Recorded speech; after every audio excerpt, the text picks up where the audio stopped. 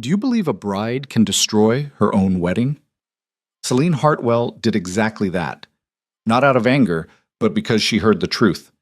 40 minutes before the ceremony, she discovered her fiancé was using her for money.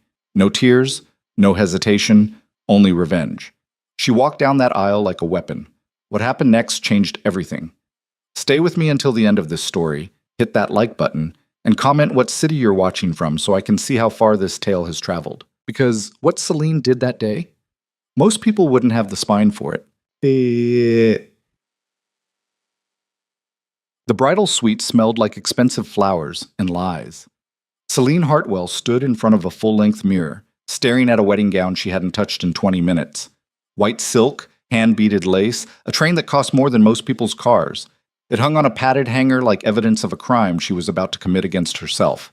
She wasn't wearing it. Instead, she'd put on a white power suit, sharp shoulders, razored lapels, tailored so precisely it looked like armor. The kind of outfit you wore to fire someone, or bury them. Her phone buzzed. Again, she ignored it. Again. 43 minutes until the ceremony. 43 minutes until she became Mrs. Caleb Vance, until the trust fund her father had locked behind a marriage clause finally opened, until 300 guests watched her promise forever to a man she was starting to suspect didn't actually exist. Not the real him, anyway. The version she'd fallen for, charming, attentive, just broken enough to be interesting, was too smooth, too calculated. She'd ignored the signs for months because it was easier than admitting she'd been played. Her maid of honor, Ivy, burst through the door without knocking. Jesus Christ, Celine, you're not even... She stopped mid-sentence, taking in the suit. What the hell are you wearing? Something honest. That's not an answer. Ivy's voice had that edge it got when she was trying to control something spinning out of her grip. The photographer's having a meltdown. Your mother's already on her third mimosa, and Caleb's been asking for you every 5 minutes. You need to get in that dress. Now. Celine turned away from the mirror. Did you bring the earpiece? Ivy blinked. What earpiece? The one the wedding planner uses, for coordinating during the ceremony. Why would you just get it? Something in Celine's voice made Ivy stop arguing. She disappeared into the hallway and came back 60 seconds later with a small, flesh-colored earpiece and a wireless receiver the size of a lipstick tube. Here, but I swear to God, if you're planning some kind of... I'm not planning anything. Celine took the devices, her fingers steady. I'm just listening. Ivy stared at her like she'd started speaking a language she didn't recognize.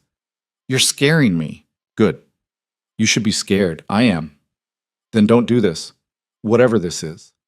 Go check on my mother, Celine said quietly. Make sure she doesn't talk to any reporters before the ceremony. Celine, please. Ivy hesitated, then left. The door clicked shut with a sound like a vault ceiling. Celine fitted the earpiece into her left ear and turned on the receiver. Static hissed, then cleared. Wedding planner chatter, someone panicking about the flower arrangements, someone else confirming the string quartet was ready. She adjusted the frequency dial. More voices. Kitchen staff. Parking attendants. Guests arriving. Then she found it. Caleb's voice. Crystal clear.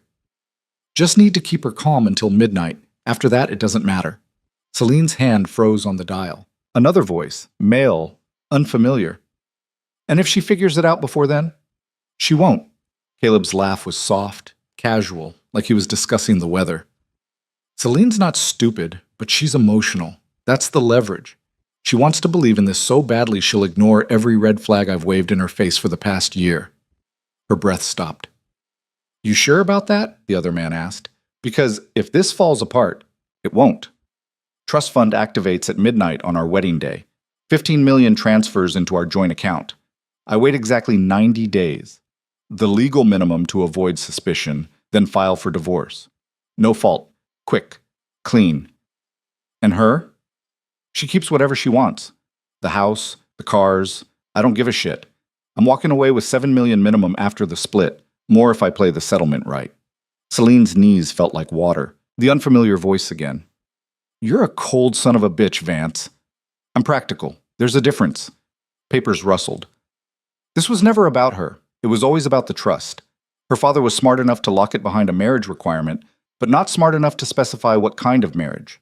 One signature, one night, and I'm free. What if she doesn't sign the joint account paperwork? She already did.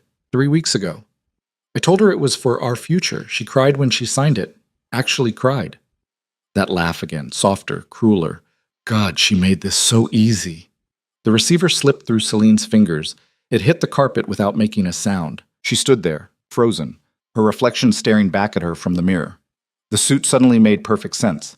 So did the sick feeling she'd been swallowing for months every time Caleb touched her, every time he said, "I love you," with a smile that never reached his eyes. She'd known. Some part of her had known the whole time. Her phone buzzed again. A text from Caleb. "Can't wait to see you. I love you so much." She read it 3 times. Then she picked up the receiver, rewound the frequency log, and found the audio file. Caleb's voice, digitally stored, time-stamped, ready. Her hand stopped shaking. The door opened. Ivy again. "Celine, it's time. They're asking for, are you okay?" "No." "What happened?" Celine turned the receiver over in her palm. "Do you know how to connect this to the chapel sound system?" "Why would you? Yes or no?" Ivy's eyes widened. "You want to broadcast something during the ceremony. Yes or no, Ivy?" A pause, then, "Marcus works in tech. He's probably already setting up the microphones. If you give me that, I can have him patch it in." She stepped closer. "What's on there?" "The truth." "Celine, will you do it or not?" Ivy looked at her for a long moment. Then she took the receiver. "Give me 5 minutes." She left. Celine turned back to the mirror. The woman staring back at her looked like a stranger, or maybe she looked like herself for the first time in a year. She picked up her phone and opened the banking app. Joint account. 15 million, locked and loaded, set to transfer at midnight. Everything Caleb said was real, documented, legal. She closed the app and opened her contacts. Scrolled to her lawyer's name, dialed. "James? It's Celine. I need you at the chapel, now. No, I'm not calling it off. I'm calling an audible." She paused. "Bring the prenup contracts, the ones Caleb refused to sign. And I need to know exactly what happens if I don't complete the marriage ceremony but still meet the trust fund activation requirements within the 24-hour window." She listened. A legal marriage before midnight. Doesn't specify who. She looked at herself in the mirror. "Find me the loophole, James, and find it in the next 30 minutes. She hung up. Her mother's voice echoed from the hallway, slurred and bright. "Where's my daughter? I need to see my beautiful daughter." Celine locked the door. 28 minutes until the ceremony. She sat down on the chaise lounge, pulled out her compact, and fixed her lipstick. Red. Not bridal pink. War paint. The earpiece crackled. Caleb's voice. "Is she ready yet?" The wedding planner. "Almost, Mr. Vance. Just a few more minutes." "Good. Make sure the photographer gets shots of her walking down the aisle. I want to remember her face when she sees me." Celine smiled. He had no idea. Ivy slipped back in through the door. "It's done. Marcus patched the feed into the main speakers. It'll play on your signal." "What signal?" "You give me a thumbs up from the aisle. He'll start the playback." Celine stood. "Where's Marcus now?" "Sound booth, back corner." "Why?" "Tell him to stand by, and tell him not to stop the recording no matter who tells him to." Ivy's face went pale. "What are you about to do?" "Walk down an aisle." "Celine." "He was using me, Ivy, the whole time, every word, every touch, every promise. It was all just set up for a money grab." Her voice didn't shake. "I heard him say it. Out loud. To someone else." Ivy's expression shifted. "You recorded it." "He recorded himself. I just happened to be listening." "And now you're going to—" "Yes, in front of 300 people. 300 witnesses." Ivy exhaled slowly. "You're sure about this?" "No, but I'm doing it anyway." A knock at the door. The wedding planner's voice, sugary and strained. "Miss Hartwell, it's time." Celine looked at Ivy. "Do I look like a bride?" "You look like a hitman." "Perfect." She opened the door. The wedding planner's smile faltered when she saw the suit. Oh dear, that's not the dress." "No, it's not. But the photographer will get exactly what I give him." Celine stepped into the hallway. "Let's go." The planner's mouth opened and closed like a fish drowning in air. Mr. Vance is going to get exactly what he deserves." Celine walked towards the chapel entrance, her heels clicking against marble like a countdown. The hallway stretched long and white, lined with roses and candles, and all the set dressing of a fairy tale she'd bought into because she wanted it to be true. Not anymore. The double doors to the chapel loomed ahead. Behind them, 300 people were waiting for a wedding. They were about to get something else entirely. The planner rushed ahead, whispering frantically into her headset. Celine caught fragments. Not in the dress. Yes, I know. No, she won't listen. Good. She reached the doors, stopped, breathed. Her mother appeared from a side hallway, champagne glass in hand, eyes bright and unfocused. There you are. Oh my God, why aren't you in your... Go sit down, Mom. Celine, this isn't funny. You look like you're going to a business meeting, not a... Sit down. Something in her voice made her mother step back. She blinked, confused, then turned and wobbled toward the chapel entrance. Ivy appeared at Celine's elbow. Marcus is ready. You sure about this? No. But you're doing it. Yes. The music shifted. Pachelbel's canon. The processional, her cue. The doors opened. 300 faces turned toward her. Celine saw it all in one sweeping glance. The flowers, the candles, the vaulted ceiling, the stained glass throwing colored light across polished wood. At the far end, standing at the altar in a custom tuxedo, Caleb Vance smiled at her like she was everything he'd ever wanted. She stepped onto the white runner. No bouquet, no veil, just her in a suit that fit like conviction. She walked. Not slow, not performative, just steady, even pacing, one foot in front of the other. Caleb's smile didn't falter, but his eyes narrowed slightly, confusion flickering at the edges. Halfway down the aisle, she made eye contact with Marcus in the sound booth. She raised her thumb. He nodded. 5 seconds later, Caleb's voice filled the chapel. Just need to keep her calm until midnight. After that, it doesn't matter. The music stopped. Every head turned toward the speakers. The second voice, and if she figures it out before then? Caleb's laugh, piped through professional-grade sound equipment, echoed off the vaulted ceiling. She won't. Celine's not stupid, but she's emotional. That's the leverage. Celine kept walking, Caleb's face drained of color. Trust fund activates at midnight on our wedding day. 15 million transfers into our joint account. I wait exactly 90 days, the legal minimum to avoid suspicion. Then file for divorce. Gasps rippled through the crowd. She keeps whatever she wants. I'm walking away with 7 million minimum after the split. Someone in the third row said, Oh my God! Caleb lunged for the altar microphone. Turn that off. Turn it. The officiant stepped back, hands raised. This was never about her. It was always about the trust. Celine reached the front, stopped, looked at Caleb. His face was white, furious, terrified. She made this so easy. The recording ended. Silence crashed down like a collapsing building. 300 people stared. Celine turned to face them, took the microphone from the officiant's frozen hands. That, she said clearly, is the man I was about to marry. Her mother made a small, broken sound. Caleb reached for her arm. Celine, let me explain. She stepped back. Don't. That recording, it's out of context. It's time-stamped from 40 minutes ago, Caleb. There is no context that saves you. His jaw tightened. The charm dropped away like a mask shattering. What was underneath was cold, sharp. You have no idea what you just did. I know exactly what I did. I stopped you from stealing $15 million. That money was always going to be ours. No, it was going to be yours. For 90 days, then you were gone.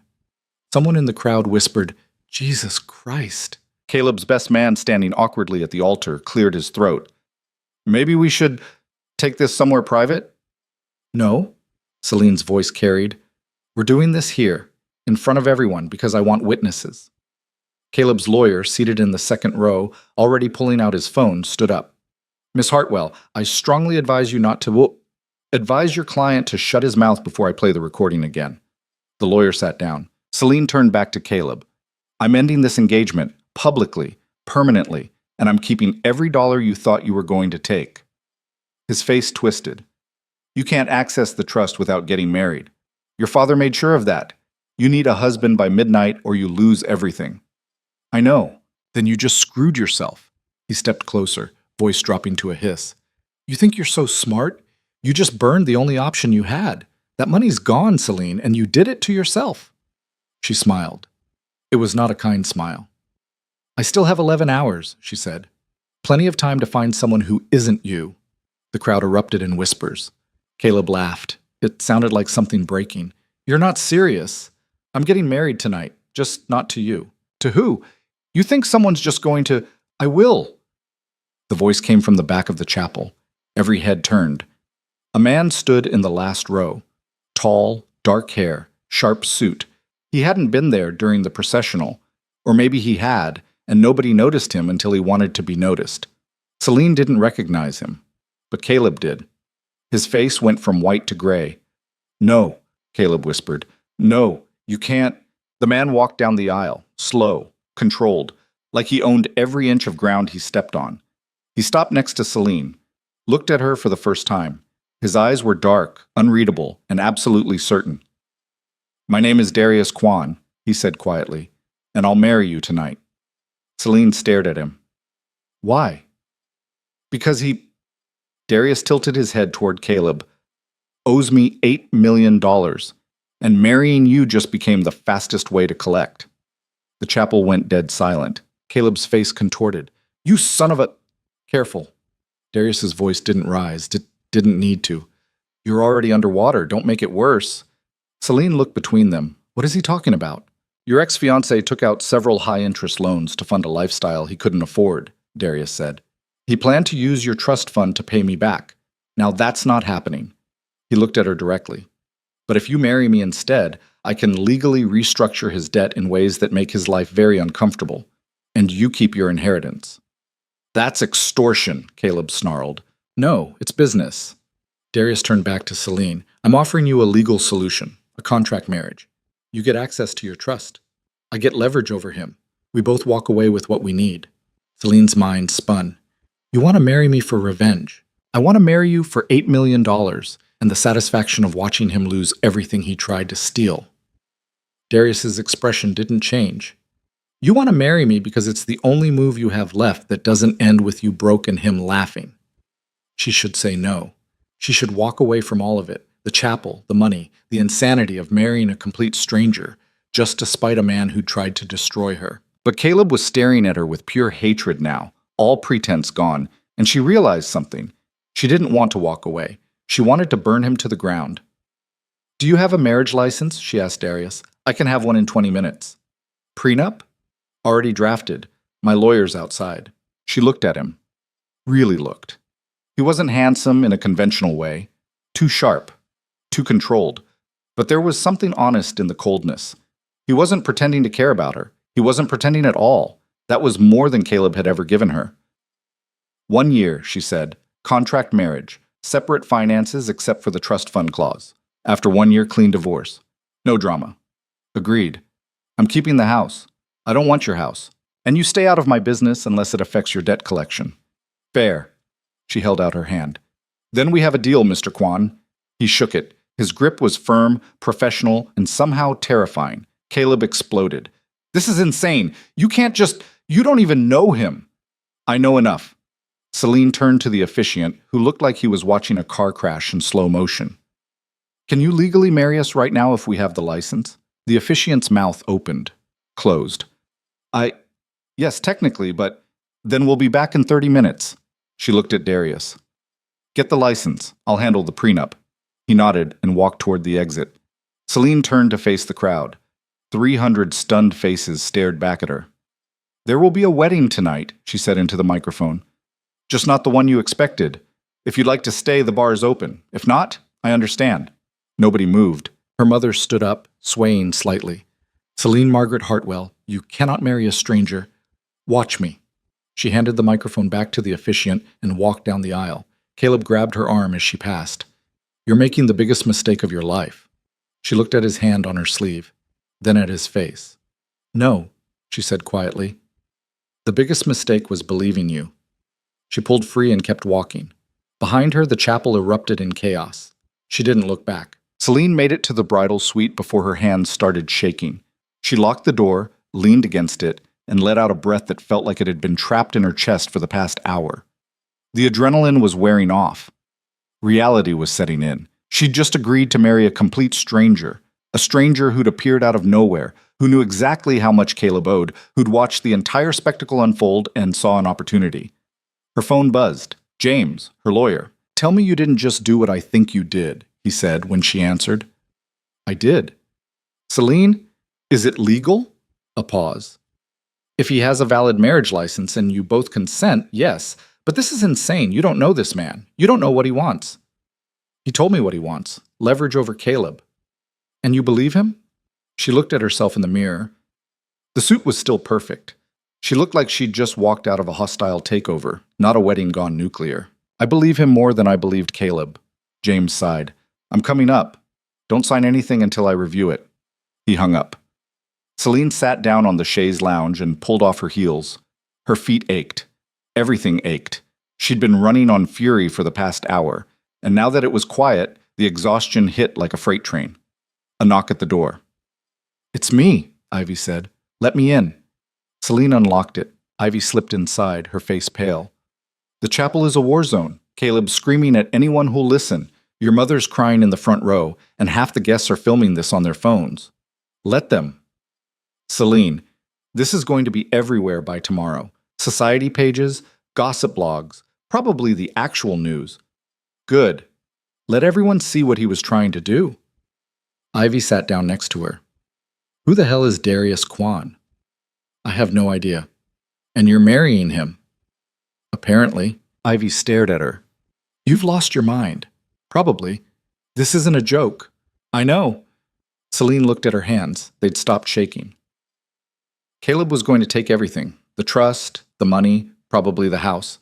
He had it all mapped out, and I was going to let him because I wanted to believe he loved me. So instead you're marrying someone who definitely doesn't love you. At least he's honest about it. Ivy's expression softened. "This is revenge. You know that, right? This whole thing, it's just revenge." "So?" "So revenge doesn't fix anything. It just makes you feel powerful for a minute, and then you're stuck with the consequences." Celine stood up, walked to the window. Outside, guests were spilling onto the lawn, phones out, voices raised. She could see Caleb near the fountain, surrounded by his groomsmen, gesturing wildly. "I don't want to fix anything," she said quietly. "I want him to lose, the way I almost lost." Another knock. James's voice. "It's me! Open up!" Ivy let him in. James looked exactly like a lawyer who just had his Sunday ruined. Rumpled suit, loosened tie, briefcase clutched like a weapon. He dropped it on the coffee table and pulled out a thick stack of papers. "Darius Kwan's lawyer just sent this over," he said, flipping through pages. "Prenuptial agreement, contract marriage terms, financial separation clauses." "And?" "And it's airtight, almost suspiciously so." James looked up at her. "This was drafted weeks ago, Celine. He's been planning this." The room went cold. "What do you mean, weeks ago?" "The document metadata shows it was created 3 weeks before today. He knew about Caleb. He knew about your trust. He's been waiting for this." Celine's stomach dropped. "He set this up. Or he saw it coming and prepared." James set the papers down. "Either way, he's not some random stranger who happened to be in the chapel. He's been watching you." Ivy stood up. "That's stalker behavior. That's strategic," James interrupted. "And honestly, the terms are fair. You keep full control of the trust fund after it activates. He gets nothing except the ability to restructure Caleb's debt under marital financial protections. 1-year term, clean divorce, no alimony either direction." "Then what does he actually get out of this?" Celine asked. "Caleb's debt becomes marital debt the moment you sign the license, which means Darius can legally go after joint assets, freeze accounts, file liens, basically make Caleb's life a financial nightmare without ever breaking a law." "That's all he wants? To destroy Caleb?" James met her eyes. $8 million is a lot of money to lose. People have done worse for less. Celine looked at the contract. Pages and pages of legal language, all of it designed to protect both parties while manufacturing maximum damage to a third. "What happens if I don't sign?" "You lose the trust, Caleb walks away clean, and Darius goes back to waiting for his money." James crossed his arms. "But I'm guessing you already know that." She did. The door opened without knocking. Darius Kwan walked in holding a folder. He stopped when he saw James and Ivy. "You're her lawyer," he said to James. Not a question. "I am." "Good. Then you've reviewed the prenup. I have. Questions? James hesitated. Why 3 weeks ago? Darius didn't blink. Because 3 weeks ago, Caleb missed his third payment. I started monitoring his assets. Your client's trust fund was listed as his primary collateral. So you've been planning this. I've been preparing for multiple scenarios. This one happened to play out. Convenient. I prefer the term efficient. Darius turned to Celine. I have the marriage license.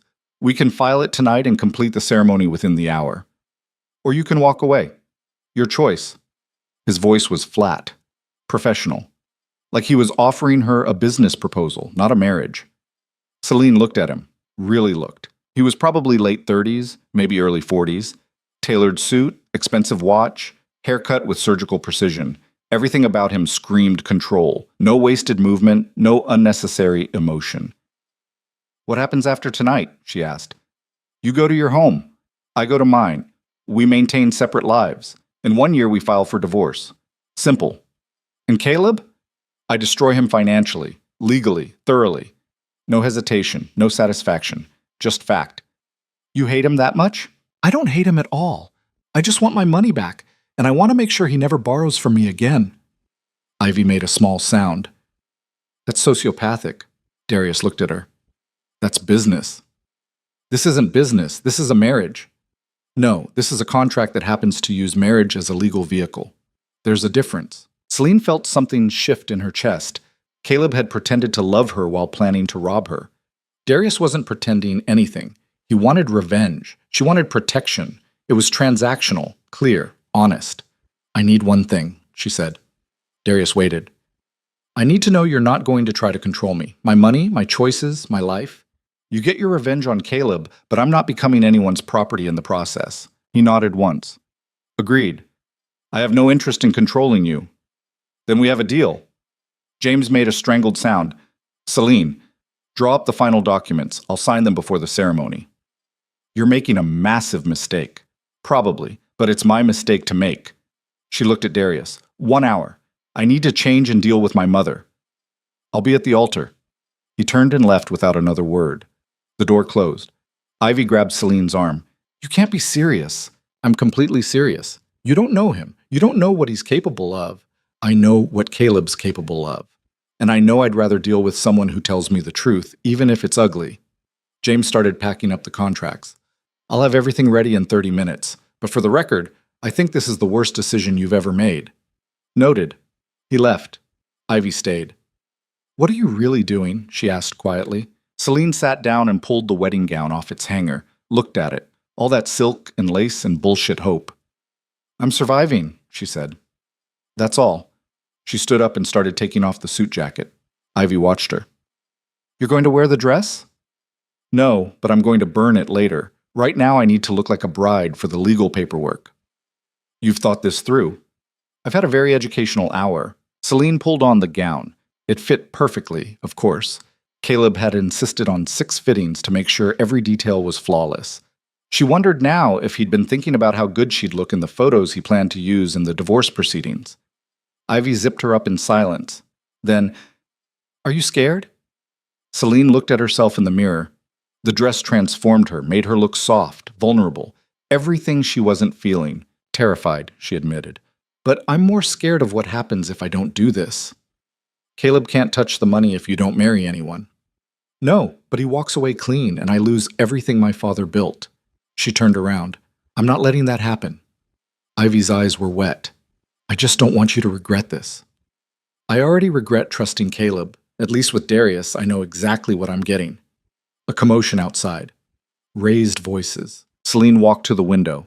Down on the lawn, Caleb was arguing with someone. His face was red, his gestures sharp and angry. The someone was Darius. Caleb shoved him. Darius didn't move, didn't react, just stood there, absolutely still, while Caleb screamed in his face. Then Darius said something. Quiet. Celine couldn't hear it. Caleb went white. He stepped back, turned, walked away quickly, his groomsmen scrambling to follow. Darius adjusted his cufflinks and headed back toward the chapel. What the hell did he say? Ivy whispered. Celine didn't answer. She was too busy trying to control the spike of fear that shot through her chest. Darius Kwan wasn't just strategic. He was dangerous, and she was about to legally bind herself to him. 20 minutes later, she was standing in front of James while he walked her through the contract one more time. Once you sign this, you're married for 1 year minimum. No early termination clause unless both parties agree. You sure about this? Celine picked up the pen. No, but I'm doing it anyway. She signed. James witnessed it. Ivy witnessed it. The officiant witnessed it. Done. I need a drink, James muttered. Get in line, Ivy said. Celine looked at the contract. Her signature. Permanent. Binding. No going back. Let's get this over with, she said. They walked back to the chapel. The crowd had thinned. Maybe 100 people remained, clustered in small groups, whispering. Her mother was gone, probably passed out in the bridal suite or being driven home by a relative. Caleb was also gone. Darius stood at the altar, hands clasped, expression neutral. Celine walked down the aisle for the second time that day. This time, nobody gasped. Nobody whispered. They just watched. She reached the altar. Darius looked at her. Ready? No. You? No. The officiant cleared his throat. Shall we begin? The ceremony took 4 minutes. No vows. No rings. Just the legal minimum. Do you, Celine Hartwell, take this man? I do. Do you, Darius Kwan, take this woman? I do. Then by the power vested in me, I now pronounce you married, Celine finished. We know. The officiant blinked. You may kiss the... We're good, Darius said. They signed the marriage certificate. The officiant signed. The witnesses signed. Done. Married. The remaining guests applauded weakly. Celine looked at her new husband. He looked back. Now what? She asked. Now we go home. Your home or mine? Mine. We need to talk about next steps. I thought we were living separately. We are. But tonight, you're coming with me. There are things you need to understand before this goes any further. Something in his tone made her spine stiffen. What things? Things about Caleb. About your father. About why I was really in that chapel today. Her stomach dropped. You said you were there for the debt. I was, but that's not the only reason. He gestured toward the exit. Cars outside. I'm not going anywhere until you tell me Caleb isn't done. He's going to come after you, after the trust. He has resources you don't know about and allies you've never met. Darius's voice stayed level. You can come with me and learn how to protect yourself, or you can go home and wait for him to make his next move. Your choice. Celine's hands clenched. You're blackmailing me into... I'm offering you information. What you do with it is up to you. Ivy stepped forward. She's not going anywhere with you alone. Darius looked at her. Then come along. I don't care. Celine. It's fine. Celine's voice came out steadier than she felt. I'll go, but Ivy comes. Fine. They walked out of the chapel together. The car was a black Mercedes with tinted windows. The driver opened the door without speaking. Celine slid in. Ivy followed. Darius sat across from them. The door closed. The car pulled away. They drove in silence for 10 minutes before Celine couldn't take it anymore. Start talking. Darius pulled out a tablet, tapped it twice. A file opened. Your father didn't just leave you money, he said. He left you an empire, shipping routes, port access, logistics networks spanning 6 continents. I know that. He ran a shipping company. No. He ran the infrastructure that every shipping company uses. The difference matters. Darius turned the tablet toward her. This is a map of his holdings. Documented assets total about 50 million. Undocumented assets are closer to 300 million. Celine stared at the screen. Lines, connections, networks spreading like veins across a map of the world. That's not possible. It's very possible. Your father was careful. He kept most of his assets off the books. Legal, but hidden. The trust fund you're accessing tonight? That's just the tip. Ivy leaned forward. How do you know all this? Because I own the other half. Silence. Celine looked at him. What? Your father and I were partners. Silent partners. He ran the eastern routes. I ran the western. We built the network together over 20 years. Darius's expression didn't change. When he died, I inherited operational control of his half until you turned 25 and got married. As of tonight, that control transfers to you. Celine's head spun. My father never mentioned you. He wasn't supposed to. That was the agreement. Why? Protection. If anyone connected us publicly, the entire network becomes vulnerable to regulatory scrutiny, separate on paper, unified in practice. Ivy's voice was sharp. And you just happened to show up at her wedding? I've been monitoring Caleb for weeks. When I realized he was planning to steal the trust fund, I knew it would trigger the control transfer prematurely, so I prepared a contingency. Marrying her yourself. Yes, Celine's throat felt tight. So this whole thing, tonight, you orchestrated all of it. No, Caleb orchestrated his own destruction. I just made sure I was there to capitalize on it. That's the same thing. Not legally. Darius took the tablet back. You wanted the truth. Here it is. Your father's empire is now half yours. The other half is mine. We're business partners whether you like it or not. I don't like it. Noted. But it doesn't change the reality. The car turned onto a private road. Celine looked out the window. They were heading into the hills, away from the city, toward an area she didn't recognize. Where are we going? My home. You'll stay there tonight while we finalize the operational transfer. I'm not staying at your house. Yes, you are. Because Caleb knows where you live, and right now, he's dangerous. He's 8 million in debt, publicly humiliated, and legally bound to a marriage that gives me power over his assets. He's desperate, and desperate men make stupid decisions. Ivy grabbed Celine's hand. We should call the police. And tell them what? That a man might be angry? They can't do anything until he actually makes a move. Darius looked at Celine. I have security, cameras, protocols. You stay at my place tonight, and by tomorrow, we'll have legal protections in place. Celine wanted to argue, wanted to tell him to turn the car around and take her home. But she couldn't, because he was right. Caleb had looked at her with pure hatred in that chapel, and she'd just taken everything he thought he was going to steal. The car pulled through a gate. High walls, surveillance cameras, armed security at the checkpoint. They drove up a winding driveway to a modern compound perched on the hillside. Glass and steel, clean lines, no warmth. The car stopped. Darius got out first. This way. Celine and Ivy followed him inside. The interior was exactly what she expected. Minimalist furniture, expensive art, everything precisely placed. It looked like a showroom, not a home. Guest rooms are upstairs, Darius said. You'll both stay there tonight. We'll talk more in the morning. We're talking now, Celine said. He turned. You've had a long day. You're exhausted. This conversation can wait. No, it can't. She stepped closer. You've been lying to me since the moment you walked into that chapel. I haven't lied once. You said you were there for the debt. I was. But you were also there because of my father's empire. Both things can be true. Stop playing word games, her voice cracked. You manipulated me into marrying you. No, I gave you an option when you had none. There's a difference. You used me. We used each other. You got access to your trust. I got leverage over Caleb and control over your father's assets. It's transactional. We agreed to that. Selena's hands were shaking again. I didn't agree to being your business partner. You did.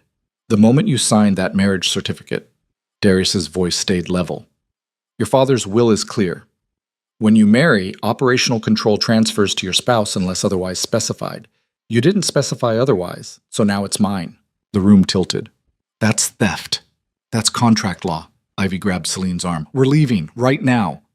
You're welcome to try, Darius said. But the gate's locked.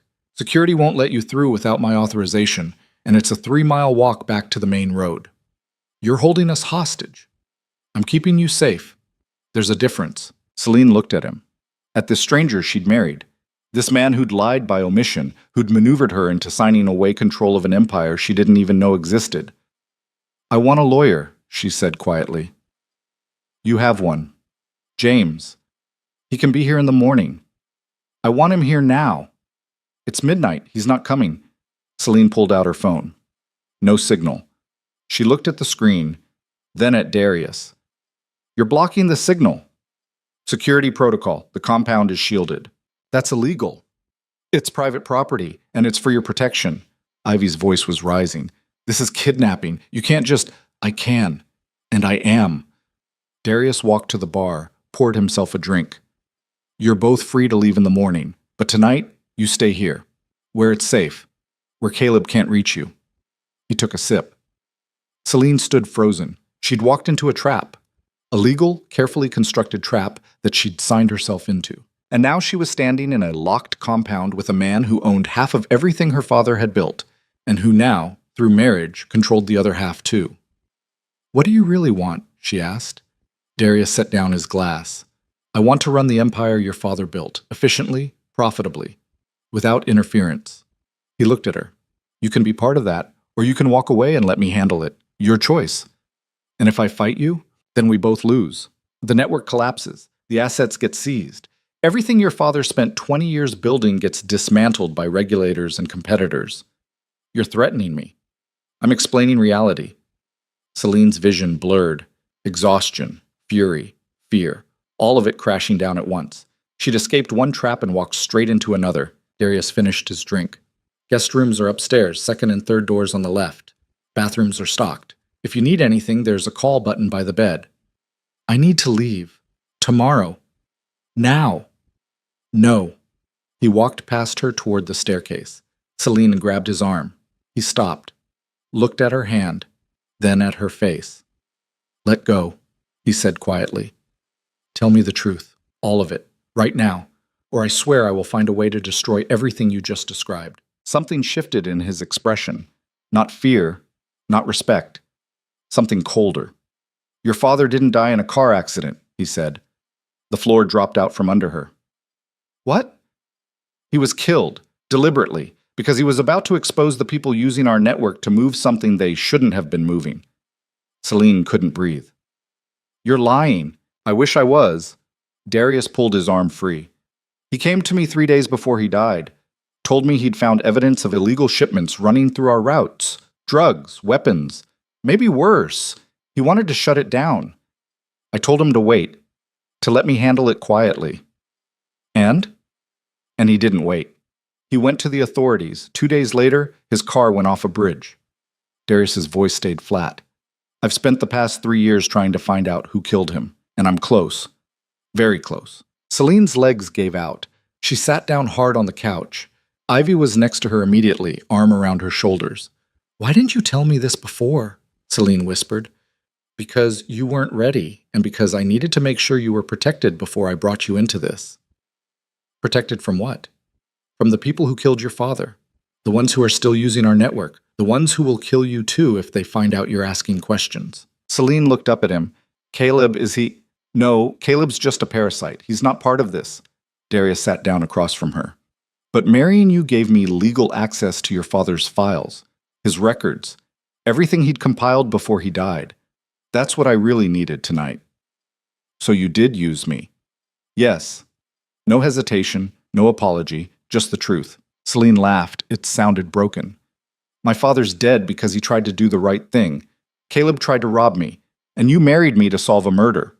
She looked at Darius. "Anyone else planning to destroy my life tonight? Or is that the complete list?" "That's the list." "Great." She stood up, walked to the window. Outside, the city lights spread like scattered diamonds. Somewhere down there, Caleb was plotting his next move. Somewhere down there, people who'd killed her father were still operating. And she was trapped in a compound with a man who'd manipulated her into becoming his legal partner in an empire built on shipping routes and secrets and something dark enough to murder for. She'd thought walking out of that chapel was taking control. She'd been wrong. She'd just traded one cage for another. Behind her, Darius spoke quietly. "I know this isn't what you wanted, but it's what we have. And if we're going to survive it, we need to work together." Celine didn't turn around. "What if I don't want to survive it? What if I just want to burn the whole thing down?" "Then we both die, along with everyone connected to the network, including people who had nothing to do with your father's death." "That's not my problem." "Yes, it is, because you're married to me now, which makes you legally responsible for half of everything that happens next." She closed her eyes. Trapped. Completely, utterly trapped. "I want to see my father's files," she said. "Tomorrow." "Now." A pause. Then, "Follow me." Darius led her down a hallway to a locked office. He pressed his thumb to a scanner. The door opened. Inside was a war room. Maps. Photos. Documents pinned to boards. Red string connecting faces and locations like a conspiracy theorist's nightmare. In the center, a photo of her father. Alive. Smiling. Celine's chest cracked open. "This is everything I have," Darius said. 3 years of investigation, names, routes, timelines. It's all here. She walked closer, saw her father's handwriting on some of the documents, recognized his notes. "He knew," she whispered. "He knew he was in danger." "Yes, and he tried to stop it anyway." "Yes?" She looked at Darius. "Why?" "Because he was a good man. Better than most. Better than me." For the first time since they'd met, Darius's voice carried something other than cold calculation. It carried regret. Celine touched her father's photo. Then she turned to Darius. "If I help you find who killed him, what do I get?" "Justice." "That's not enough." "What do you want?" She looked at the maps, the networks, the empire her father had built. "I want control. Real control. Not just my half. All of it." Darius studied her. "That would require me giving up mine." "Yes." "Why would I do that?" "Because you need me to solve this. You said it yourself. You're close, but you haven't found them yet. You need someone on the inside, someone they don't know about, someone who can ask questions without raising alarms." "And that's you?" "That's me. My father's daughter, the one nobody's been watching because they thought I was just a rich girl playing dress-up." Darius's expression shifted. "You're proposing a partnership." "I'm proposing a hostile takeover. You help me find who killed my father. I help you clean out the network. And when it's done, I buy you out. Completely." "With what money?" "The trust fund you just helped me access. Plus whatever assets we seize from the people running illegal operations." He almost smiled. "That's ambitious." "You don't know me well enough to know what I'm capable of." "Neither do you." "Then I guess we're both about to find out." Silence stretched between them. Then Darius held out his hand. 1 year. We find your father's killers. We clean the network. Then we renegotiate our contract. Celine shook it. 1 year. His grip was firm. Hers was firmer. They stood in the war room, surrounded by 3 years of investigation and 20 years of empire building, bound together by a marriage certificate signed in revenge and desperation. And for the first time since she'd heard Caleb's voice through that earpiece, Celine felt something other than fear. She felt dangerous. Celine didn't sleep. She sat in the guest room until 4 in the morning, staring at the wall. Her father's face burned into her mind. Every time she closed her eyes, she saw him. Not the version in the photo downstairs, alive, smiling, but the way he'd looked in the casket. Gray, empty, wrong. They'd told her it was an accident, clean brake failure, tragic, no one to blame. She'd believed them because believing was easier than questioning, easier than imagining someone had wanted him dead. But now she knew, and the knowing was eating her alive. At 4:30, she gave up on sleep and went downstairs. The compound was silent, dark except for security lights glowing along the hallways.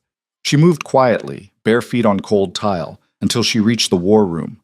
The door was still unlocked. She slipped inside. The documents covered every surface. Maps with red circles marking ports in Shanghai, Rotterdam, Los Angeles. Photos of men she didn't recognize, shipping manifests with handwritten notes in her father's tight script. Financial records showing wire transfers to shell companies in the Caymans, Singapore, Switzerland. She picked up a manifest dated 2 weeks before his death. Container number, departure point, arrival location. Nothing unusual. But in the margin, her father had written, "Check cargo actual versus declared. Weights don't match."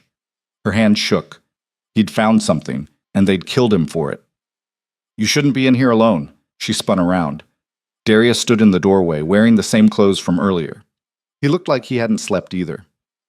"I couldn't stop thinking about it," Celine said. "Neither could I, for 3 years." He walked to the center board, studied the web of connections. "Every time I think I'm close, the trail goes cold. Shell companies dissolve. Witnesses disappear. Bank accounts get emptied overnight. Someone's protecting them. Multiple someones. This network runs deep." He pulled down a photo. A man in his 50s, silver hair, expensive suit. "This is Marcus Hale, logistics director for Chen Shipping, one of the largest independent freight companies in the Pacific." "You think he's involved?" "I know he is. Your father had a meeting with him the day before he died. They argued, publicly, at a conference in Seattle." Celine took the photo, studied the man's face. He looked respectable, trustworthy, exactly the kind of person who could hide in plain sight. "What were they arguing about?" Nobody knows. But 2 days later, your father was dead, and Hale took over 3 of your father's major shipping routes within a month. That's not a coincidence. No, it's not. Darius pulled down another photo. A younger man, sharper features. This is Hale's son, Daniel. He runs the operational side, handles the day-to-day logistics. Celine's stomach turned. You think they're both involved? I think Marcus gave the order. Daniel executed it, but I can't prove it.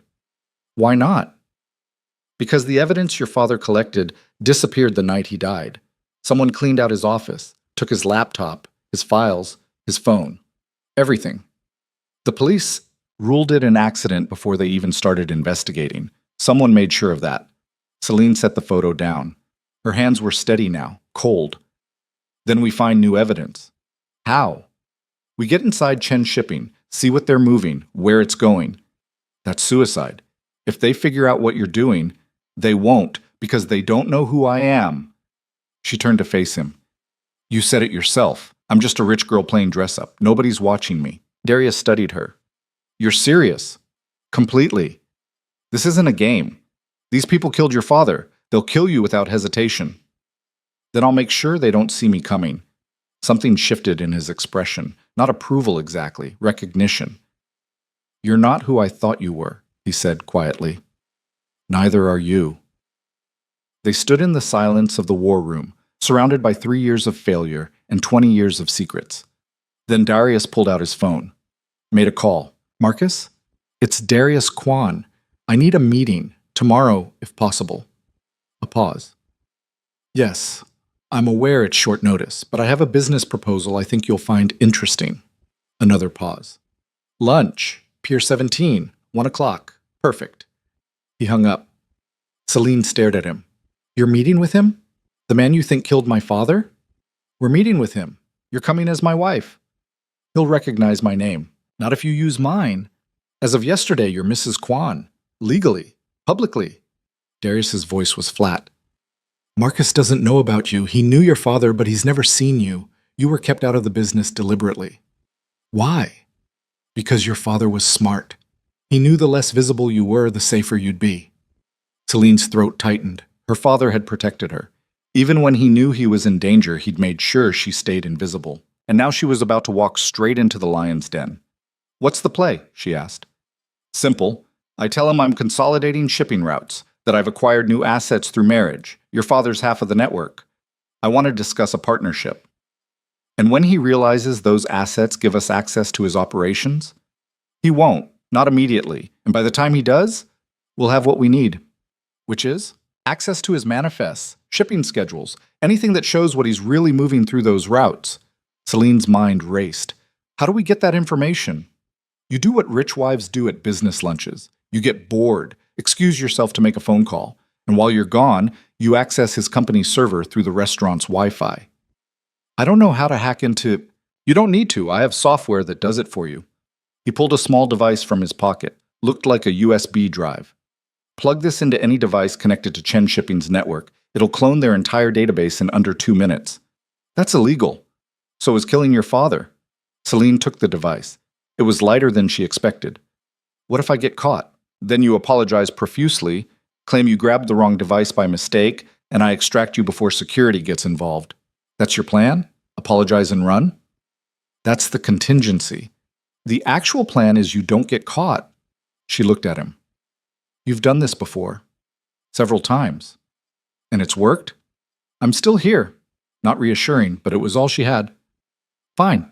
What time do I need to be ready? Noon. Wear something expensive. Look like you belong. I know how to dress for a business lunch, Darius. I'm sure you do, but this isn't just business. This is theater. You're playing a role. The trophy wife who doesn't ask questions. Something in his tone scraped against her nerves. I'm not actually your trophy wife. For tomorrow you are. So play the part convincingly. He walked out.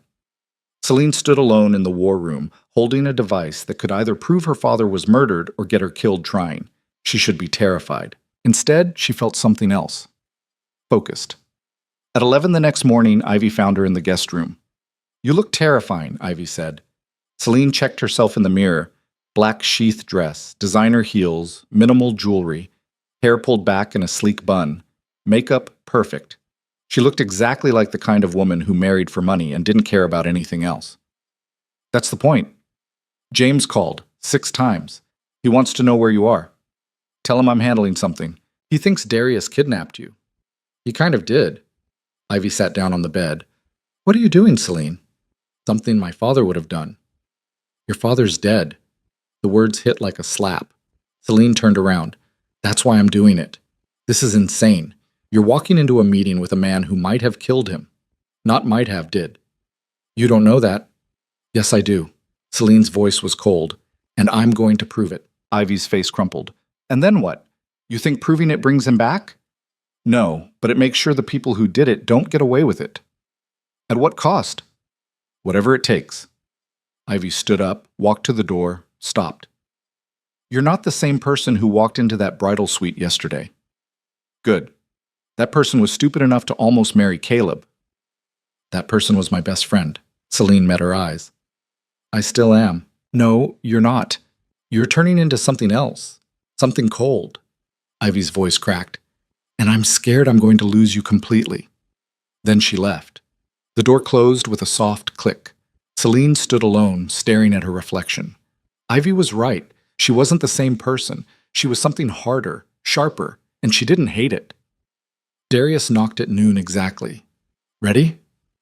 Yes. They drove to Pier 17 in silence. The restaurant was exclusive, the kind of place that required reservations months in advance and didn't list prices on the menu. Floor-to-ceiling windows overlooked the harbor, white tablecloths, crystal stemware. Marcus Hale was already seated when they arrived. He stood when he saw Darius, extended his hand. Darius, good to see you. Marcus, this is my wife, Celine. Hale's gaze shifted to her. His expression didn't change, but something flickered in his eyes. Recognition. Celine's blood went cold. A pleasure, Hale said smoothly. He took her hand, held it a fraction too long. You look familiar. Have we met? I don't think so, Celine said. Her voice came out steady, polite. I'd remember. Perhaps you just have one of those faces. He released her hand. They sat down. Darius ordered wine, made small talk about shipping schedules and port regulations. Hale responded with practiced ease. His attention split between Darius and Celine. He was studying her, trying to place her. Celine played the part, smiled at appropriate moments, sipped her water, looked bored when the conversation turned technical. 15 minutes in, she excused herself. Restroom, she said apologetically. Too much coffee this morning. Darius barely glanced at her. Perfect. She walked through the restaurant, past the bar, down a hallway marked private. The office was at the end. Unlocked. She slipped inside. A laptop sat open on the desk. Screensaver active, but not locked. She pulled out the USB device. Hands steady, plugged it in. The screen flickered. A progress bar appeared. Cloning data. 47 seconds remaining. Celine's heart hammered. 40 seconds. She moved to the window, watched the harbor, tried to look casual. 30 seconds. Footsteps in the hallway. 20 seconds. The door opened. Marcus Hale stood in the doorway. Looking for something? Celine's mind went blank. Then instinct kicked in. Oh my God, I'm so sorry. I thought this was the restroom. She laughed, touched her hair. Perfect embarrassment. These places are always such a maze. Hale didn't smile. He looked at the laptop, at the USB device, at her. That's corporate property, he said quietly. What is? The device you just plugged into my computer. Her stomach dropped. I don't know what you're talking about.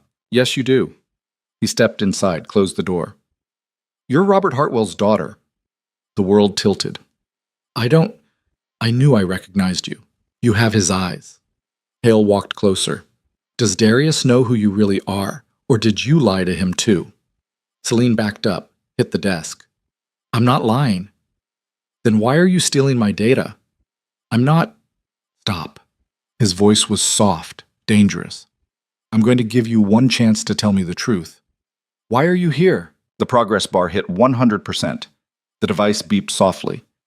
Hale's eyes dropped to the laptop, then back to her. You're investigating me. Celine's hand moved, grabbed the USB, yanked it out. Hale lunged. She ducked under his arm, shoved past him, ran. He caught her wrist, pulled her back. Let go! She twisted, kicked. Her heel connected with his shin. He grunted, released her. She ran down the hallway, the device clutched in her fist. Darius was standing in the main dining room. "We need to leave," she said. "Now." His expression didn't change. "What happened?" "He knows who I am." Darius's jaw tightened. Marcus Hale emerged from the hallway. His face was composed, but his eyes were cold. "Leaving so soon?" he asked. "Family emergency," Darius said smoothly. "We'll reschedule." "I don't think so." Hale gestured. Two men in suits appeared from the bar. "Security. I think your wife and I need to have a conversation about corporate espionage." The restaurant went quiet. Diners turned to stare. Celine felt the USB device burning in her palm. Darius stepped between her and Hale. "She made a mistake. Wrong office." "It happens." "Does it?" Hale's voice carried. "Because from where I'm standing, it looks like you brought Robert Hartwell's daughter into my restaurant to steal proprietary information." Gasps rippled through the room. Someone pulled out a phone, started recording. Darius's expression went arctic. "Careful, Marcus. Accusing my wife of theft in public could be considered slander. Only if it's false." Hale looked at Celine. "Is it false? Did you or did you not access my computer without permission?" She couldn't speak. "That's what I thought." Hale gestured to security. "Detain her. I'm calling the police." "Touch her, and I'll bury you," Darius said quietly. "You're welcome to try. But I have witnesses, security footage, and whatever's on that device she's holding." Hale smiled. "You're not walking out of here." Celine looked at Darius. He looked back. And in that moment, she saw it. He'd known. He'd known Hale would recognize her, known this was a trap. "You set me up," she whispered. Darius's face stayed blank. "No. You knew he'd figure out who I was." "I suspected he might." "You used me as bait." His silence was confirmation. The world collapsed. She'd trusted him, worked with him, married him, and he'd thrown her to the wolves. Security moved closer. Celine's hand tightened on the USB device. Then she made a choice. She threw it, not at security, not at Hale, at the window. The device hit the glass, bounced off, clattered to the floor. Hale lunged for it. Darius moved faster. He grabbed Celine's arm, yanked her toward the exit. "Run!" They ran. Through the restaurant, past shocked diners, out the front door. Security followed. Darius's car was already waiting, engine running. They dove inside. The driver didn't wait for instructions, just hit the gas. Tires screamed. The car lurched forward. Celine looked back. Security was shouting. Hale was on his phone. "What the hell did you do?" she yelled. "Saved your life," Darius said. "You threw me into that meeting knowing he'd recognize me. I needed to see his reaction, confirm he was involved. So you used me as a test subject?" "I used you as an asset. There's a difference." She hit him. Her fist connected with his jaw. Hard. Darius's head snapped to the side. "I trusted you," she said. Her voice shook. "I thought we were partners." He touched his jaw, blood on his lip. "We are. Partners don't sacrifice each other. They do if it gets results." "What results?" "I didn't get the data. I threw the device away." "No, you threw a decoy away." He pulled an identical device from his pocket. "I had two. The real one finished downloading before you ever left the table." Celine stared at it. "You planned this." "Yes." "The whole thing, the panic, the run." "Theater, like I said." Her hands were shaking. "Why didn't you tell me?" "Because your reaction had to be genuine. If you'd known it was staged, Hale would have seen through it. So instead you let me think I was about to get arrested." "Yes. That's..." She couldn't find words. "That's sociopathic. That's strategic." She wanted to hit him again, wanted to scream. Instead, she looked at the device in his hand. "Did it work? Do we have proof?" Darius plugged it into his phone, scrolled through files. His expression changed. "What?" Celine leaned closer. "What is it?" He turned the screen toward her. It was a manifest. Dated 3 days before her father died. Container number. Departure, Shanghai. Arrival, Los Angeles. Declared cargo. Industrial machinery. Actual cargo. Unknown. Weight discrepancy. 4,000 pounds. Her father's handwriting in the margin. Check this. Something wrong. Below that, another note. Different handwriting. Handled. RH won't be a problem. Celine's vision blurred. RH Robert Hartwell. Her father. They documented it, she whispered. They wrote down that they were going to kill him. Not just that. Darius scrolled further. Look at the signature. She looked, and her world shattered. The signature wasn't Marcus Hale's. It wasn't Daniel Hale's. It was Caleb Vance's, her ex-fiancé. The man she'd almost married had ordered her father's death. Celine couldn't breathe, couldn't think, couldn't do anything except stare at that signature. No, she said. No, that's not possible. The date matches. The handwriting matches samples from his loan applications. Darius's voice was flat. Caleb worked for Chen Shipping 3 years ago. Junior logistics coordinator. He had access to manifests, shipping schedules, container assignments. Why would he? Money. He was already in debt.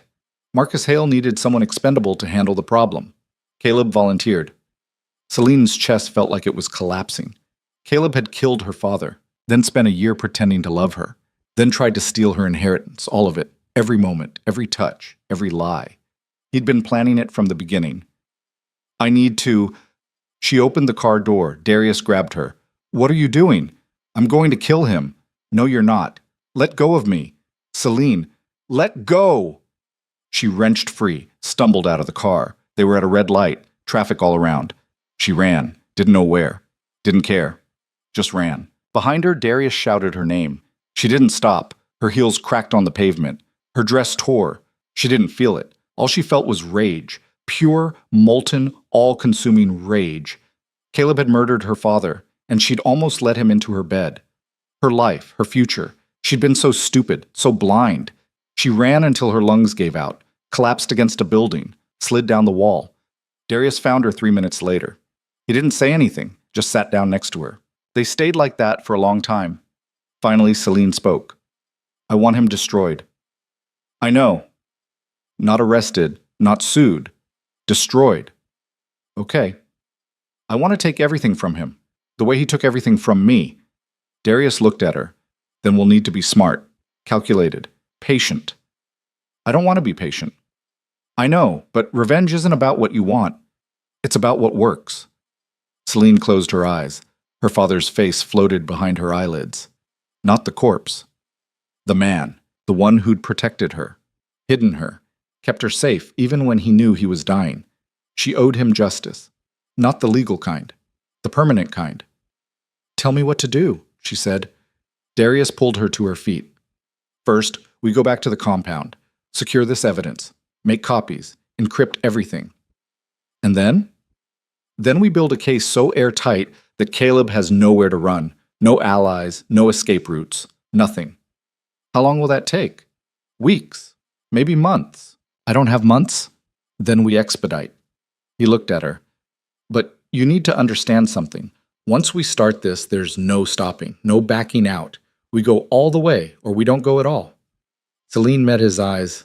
I'm already all the way in. Are you sure? Because what we're about to do, it's not legal, it's not moral, it's justice. My father's justice. Darius studied her face, then nodded. Okay, then let's burn him down. They got back in the car, drove to the compound in silence. By the time they arrived, Celine had made her decision. She wasn't the woman who'd walked into that bridal suite 2 days ago. That woman was dead. In her place was something harder, colder, willing to do whatever it took. Darius led her back to the war room, spread out the evidence. We have the manifest, Caleb's signature, proof he was working for Hale when your father died. Is it enough to convict him? In court? Maybe. But courts take time. And Caleb has resources, lawyers. He could drag this out for years. Then we don't go to court. Darius looked up. What are you suggesting? I'm suggesting we use the same network he used to kill my father, turn it against him. That's dangerous. Everything about this is dangerous. He smiled. It was the first real smile she'd seen from him. You're learning. I had a good teacher. They worked through the night, built profiles, traced connections, identified weak points in Caleb's financial structure. By dawn, they had a plan. It was ruthless. It was illegal. It was perfect. Celine looked at the final blueprint spread across the table. When do we start? Today. But first you need to make a choice. What choice? Darius picked up a phone. We can do this quietly, subtly. Take him apart piece by piece until there's nothing left. Or we can do it publicly. Destroy him the way you destroyed your wedding. Make sure everyone knows what he did. Celine thought about Caleb's face in that chapel, the hatred in his eyes when she'd walked away, the calculation behind every smile he'd ever given her. I want everyone to know, she said. Then we need to move fast, before he realizes what we have. How fast? 48 hours. She looked at him. That's not enough time to eat. It is if we use the trust fund. Her stomach dropped. My father's money? Your money now. And it's the only leverage big enough to force Caleb into a corner. Darius pulled up a financial document. He owes me $8 million, but he owes other people too, loan sharks, private investors. If we buy up his debt, all of it, we own him completely.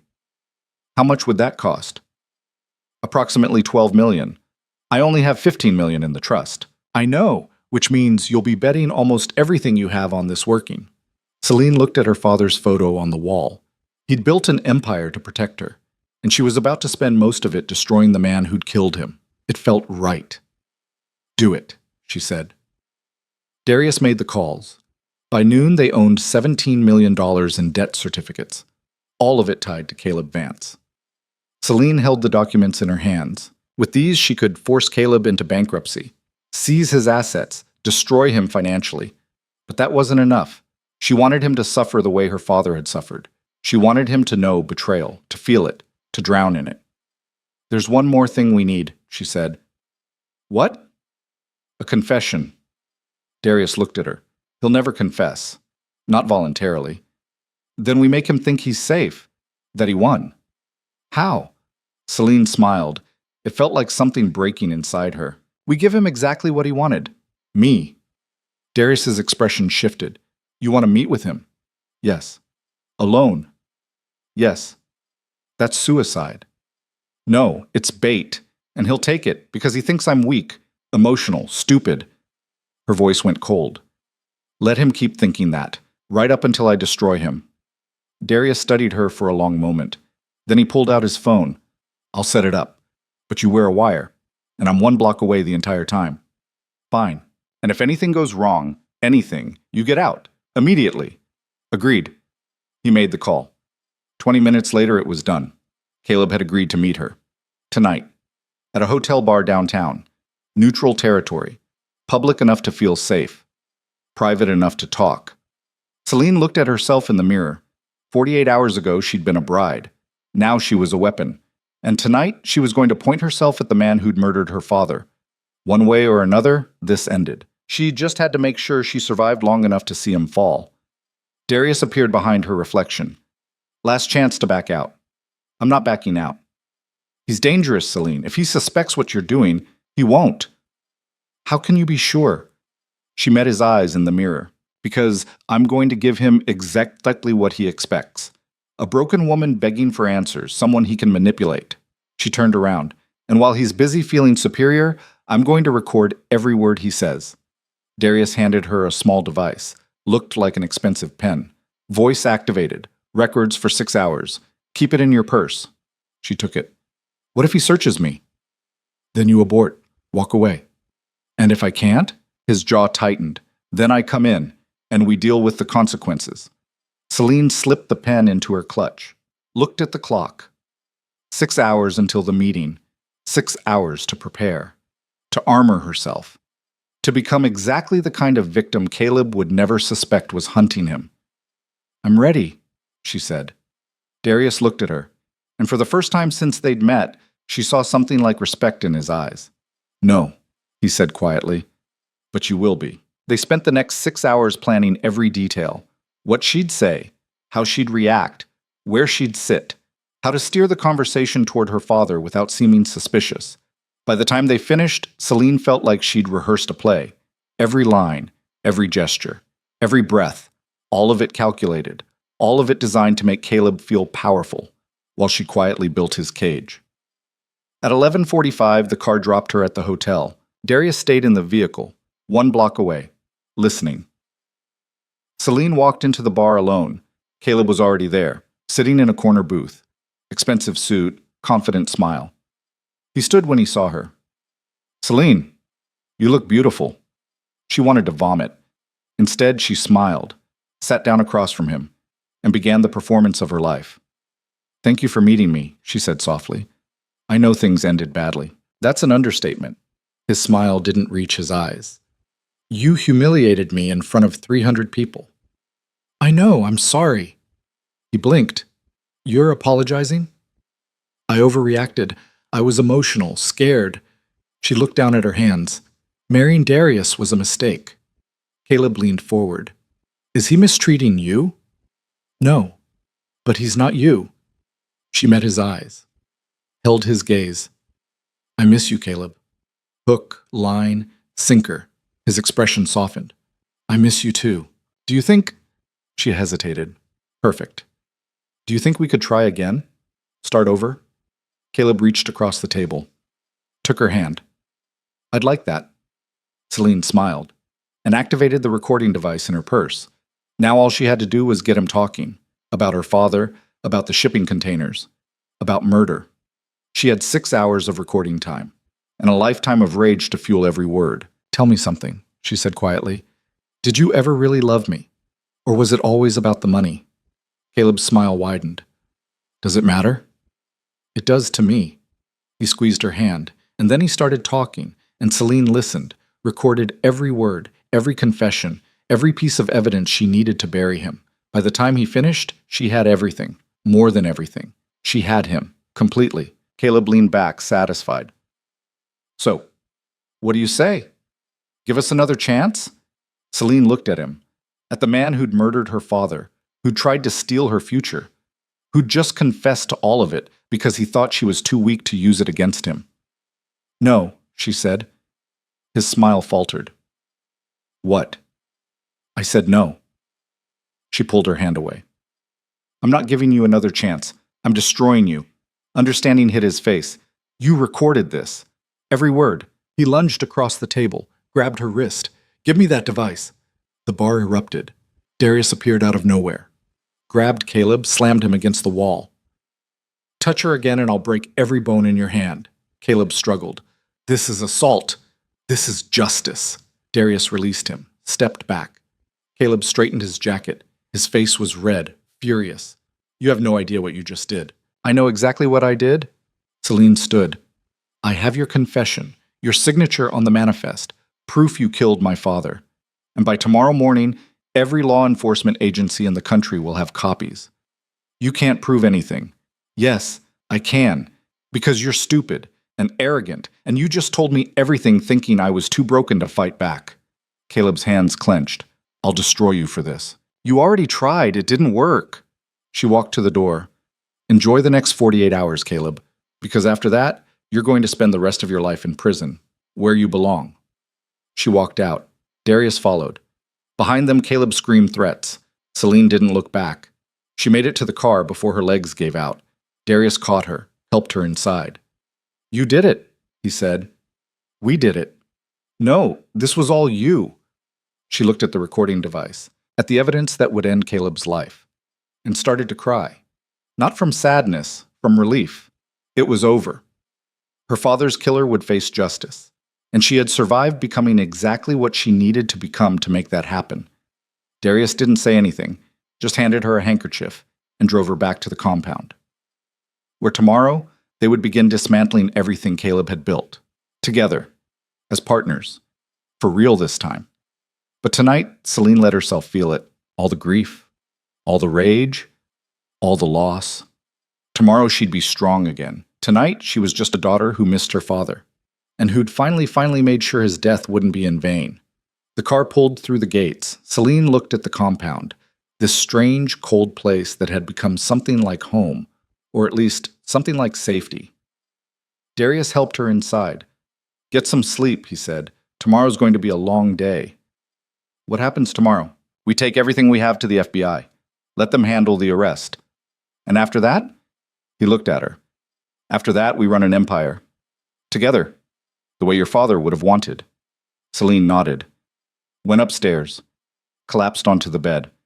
And for the first time in 3 years, she slept without dreaming of her father's funeral.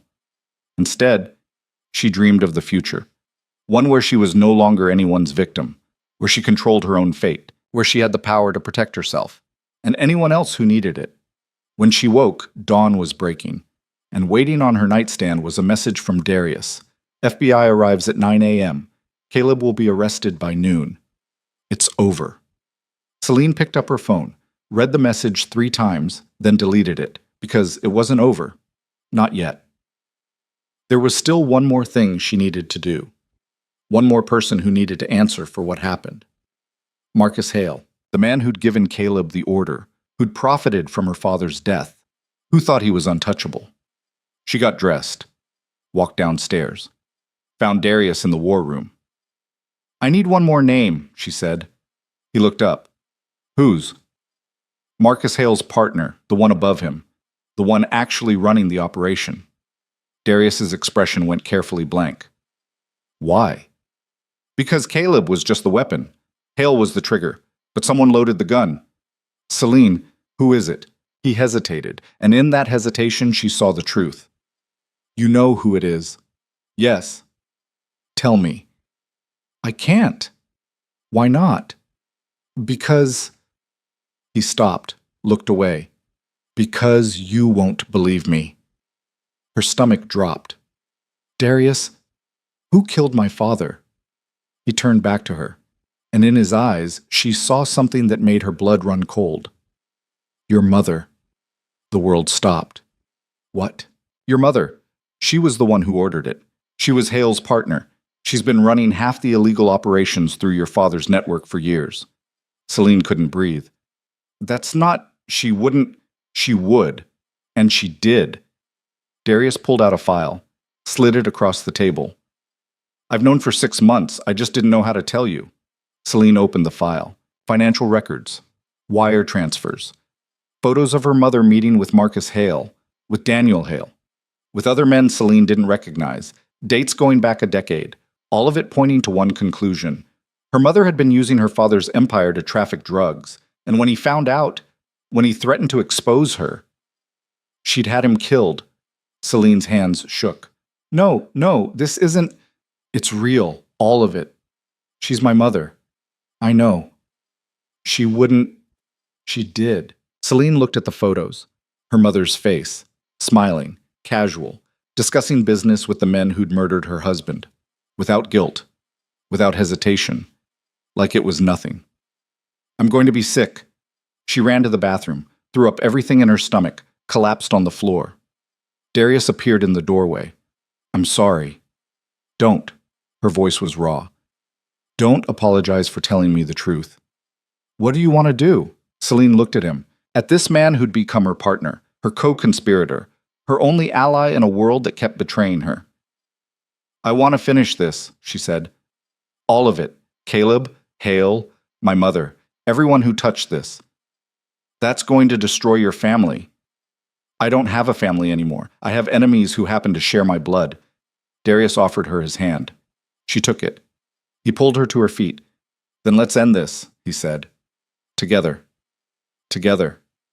They walked back to the war room and began planning the final strike, the one that would bring down everyone who'd destroyed her father, no matter who they were, no matter what it cost. Because Celine Hartwell was done being a victim, done being manipulated, done being anyone's pawn. From now on, she was the one making the moves, and anyone who stood in her way, they were about to learn exactly what happened when you underestimated the daughter of a murdered man. They were about to learn fear, and Celine was going to enjoy every second of teaching them. The FBI arrived at 9 a.m. exactly. 3 agents in dark suits, badges, recording equipment. They set up in Darius's conference room like they were preparing for war. Special Agent Rhodes led the team. Mid-40s, gray at the temples, eyes that had seen too much and believed too little. "Walk me through it again," she said. Celine sat across from her, the recording device on the table between them. She'd already played Caleb's confession twice. Every word, every admission. "He killed my father 3 years ago, tampered with his brakes to make it look like an accident. He was working for Chen Shipping at the time. Marcus Hale paid him to do it." Rhodes made notes. And you have physical evidence beyond the recording? Darius slid a folder across the table. Shipping manifests with Caleb's signature authorizing the cargo your father flagged. Financial records showing payments from Hale to Caleb. Emails discussing handling the problem. Rhodes flipped through the documents. Her expression didn't change. This is good. Very good. She looked up. But there's a problem. Celine's stomach tightened. What problem? Your recording was obtained under false pretenses. Caleb thought he was having a private conversation with someone he trusted. Depending on how a judge interprets consent laws, this could be inadmissible. He confessed to murder. I understand that. But we need to build a case that holds up in court, which means we need more than just the recording. Rhodes leaned forward. We need witnesses, paper trails, physical evidence that directly ties Caleb to your father's death. We have the manifest, which prove Caleb worked for Chen Shipping. They don't prove he killed anyone. Rhodes softened slightly. Look, I believe you. But belief isn't evidence. We need to connect every dot before we can move on this. Celine felt the room closing in. How long will that take? Weeks? Maybe months. I don't have months. Caleb knows I have the recording. He's going to run. Then we put him under surveillance. Make sure he doesn't leave the country. That's not good enough. Rhodes's expression hardened. It's what we have. Unless you can give me something concrete, physical evidence, another witness, something that proves Caleb committed murder, my hands are tied. Celine looked at Darius. He was already thinking. She could see it in his eyes. What if we could get you that evidence? He asked. Rhodes raised an eyebrow. What kind of evidence? The kind that Caleb would have kept. Insurance, in case Hale ever turned on him. You think Caleb documented the murder? I think Caleb's a narcissist who believes he's smarter than everyone else. People like that keep trophies, proof of what they've done. Where would he keep something like that? Darius pulled out his phone, showed Rhodes a blueprint. His apartment, specifically a safe in his home office. Rhodes studied the image. How did you get this? I own the building. I had the architectural plans pulled this morning. And you think he'd be stupid enough to keep evidence in his own apartment? I think he'd be arrogant enough. Darius looked at Celine. We need to get inside that safe. Rhodes shook her head. Absolutely not. That's breaking and entering. Anything you find would be inadmissible. Not if you find it. I can't get a warrant without probable cause. And right now, all I have is a recording that might not hold up in court. Celine felt something shift in her chest, a decision forming. What if Caleb invited me in? She asked. Everyone turned to look at her. Explain, Rhodes said. Caleb thinks I still want him. He said as much last night before I played the recording. What if I convince him I made a mistake, that I want to reconcile? He'll never believe that, not after what you did. He'll believe it if I'm desperate enough. If I tell him Darius is threatening me, that I need protection. Darius's jaw tightened. Absolutely not. It's the only way. It's suicide. If Caleb suspects for 1 second that you're working with the FBI, he won't. Because I'll give him exactly what he wants. Me, vulnerable, scared, begging. Rhodes leaned back. This is a terrible idea. But it would work. Maybe. If he doesn't kill you first. Celine met her eyes. Then you'll have your murder, and you can arrest him for that one too. The room went silent. Rhodes looked at Darius. You're actually considering this? No, I'm absolutely not considering this. Yes, you are. Celine stood up. Because it's the only play we have. Caleb has evidence somewhere. Evidence that could put him away forever. We need to find it. Not like this. Then how? Wait months while he covers his tracks, while he runs? While my mother... She stopped, forced herself to breathe. While everyone who killed my father gets away with it? Darius's expression was stone. Your mother is a separate problem. No, she's part of the same problem, and I'm not letting any of them walk away. Rhodes stood. I need to make some calls. If, and this is a big if, we move forward with this, you'll be wired, monitored. The second things go wrong, we extract you. Fine. I mean it.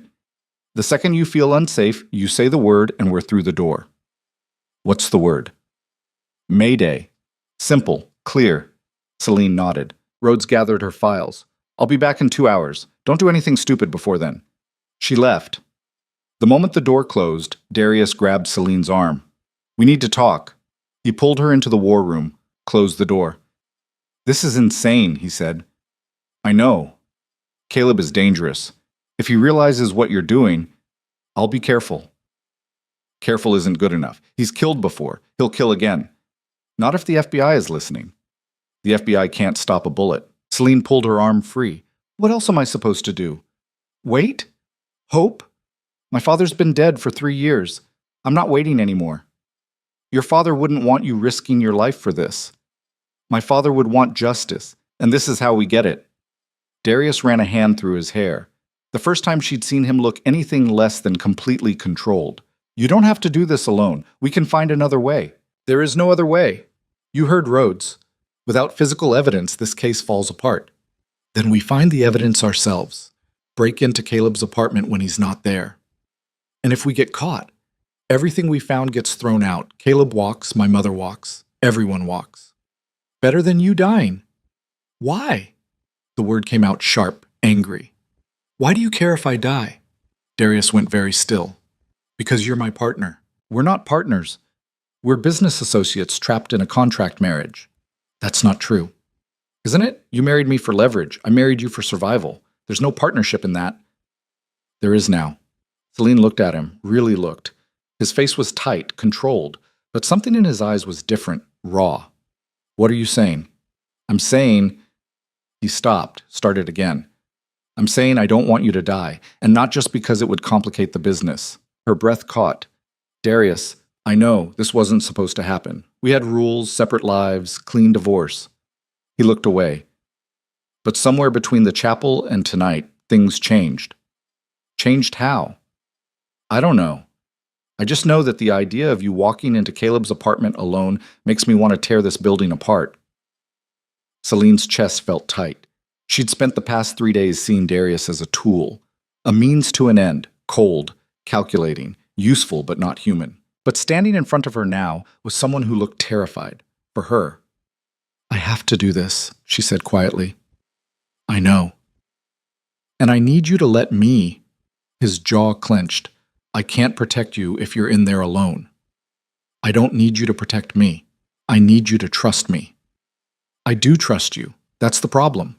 She almost smiled. That doesn't make sense. None of this makes sense. He looked at her. But we're doing it anyway. Yes. Then promise me something. What? Promise me you'll say the word. Mayday. The second you feel like things are going wrong. I promise. I mean it, Celine. The second... I promise. He studied her face, then nodded once. Okay. Then let's prep you. They spent the next 2 hours going over every detail. What she'd say to Caleb, how she'd position herself in his apartment, where the cameras would be, what signals to watch for. By the time Rhodes returned, Celine had the plan memorized. Rhodes brought tech equipment. A wire so small it looked like a piece of jewelry. Cameras disguised as buttons. A panic device embedded in a bracelet. Press this twice and we're through the door, Rhodes said, fastening the bracelet. Don't hesitate. Don't wait. You feel unsafe. You press it. Got it. I'm serious. Most people freeze. They think they can handle it. Then things escalate and it's too late. I won't freeze. Rhodes looked at her. You seem very calm for someone about to walk into a killer's apartment. I've had a lot of practice staying calm in bad situations. This is different. I know. Rhodes stepped back. You're wired. We'll have audio and limited video. There'll be a team stationed outside the building, 3 minutes from entry to extraction.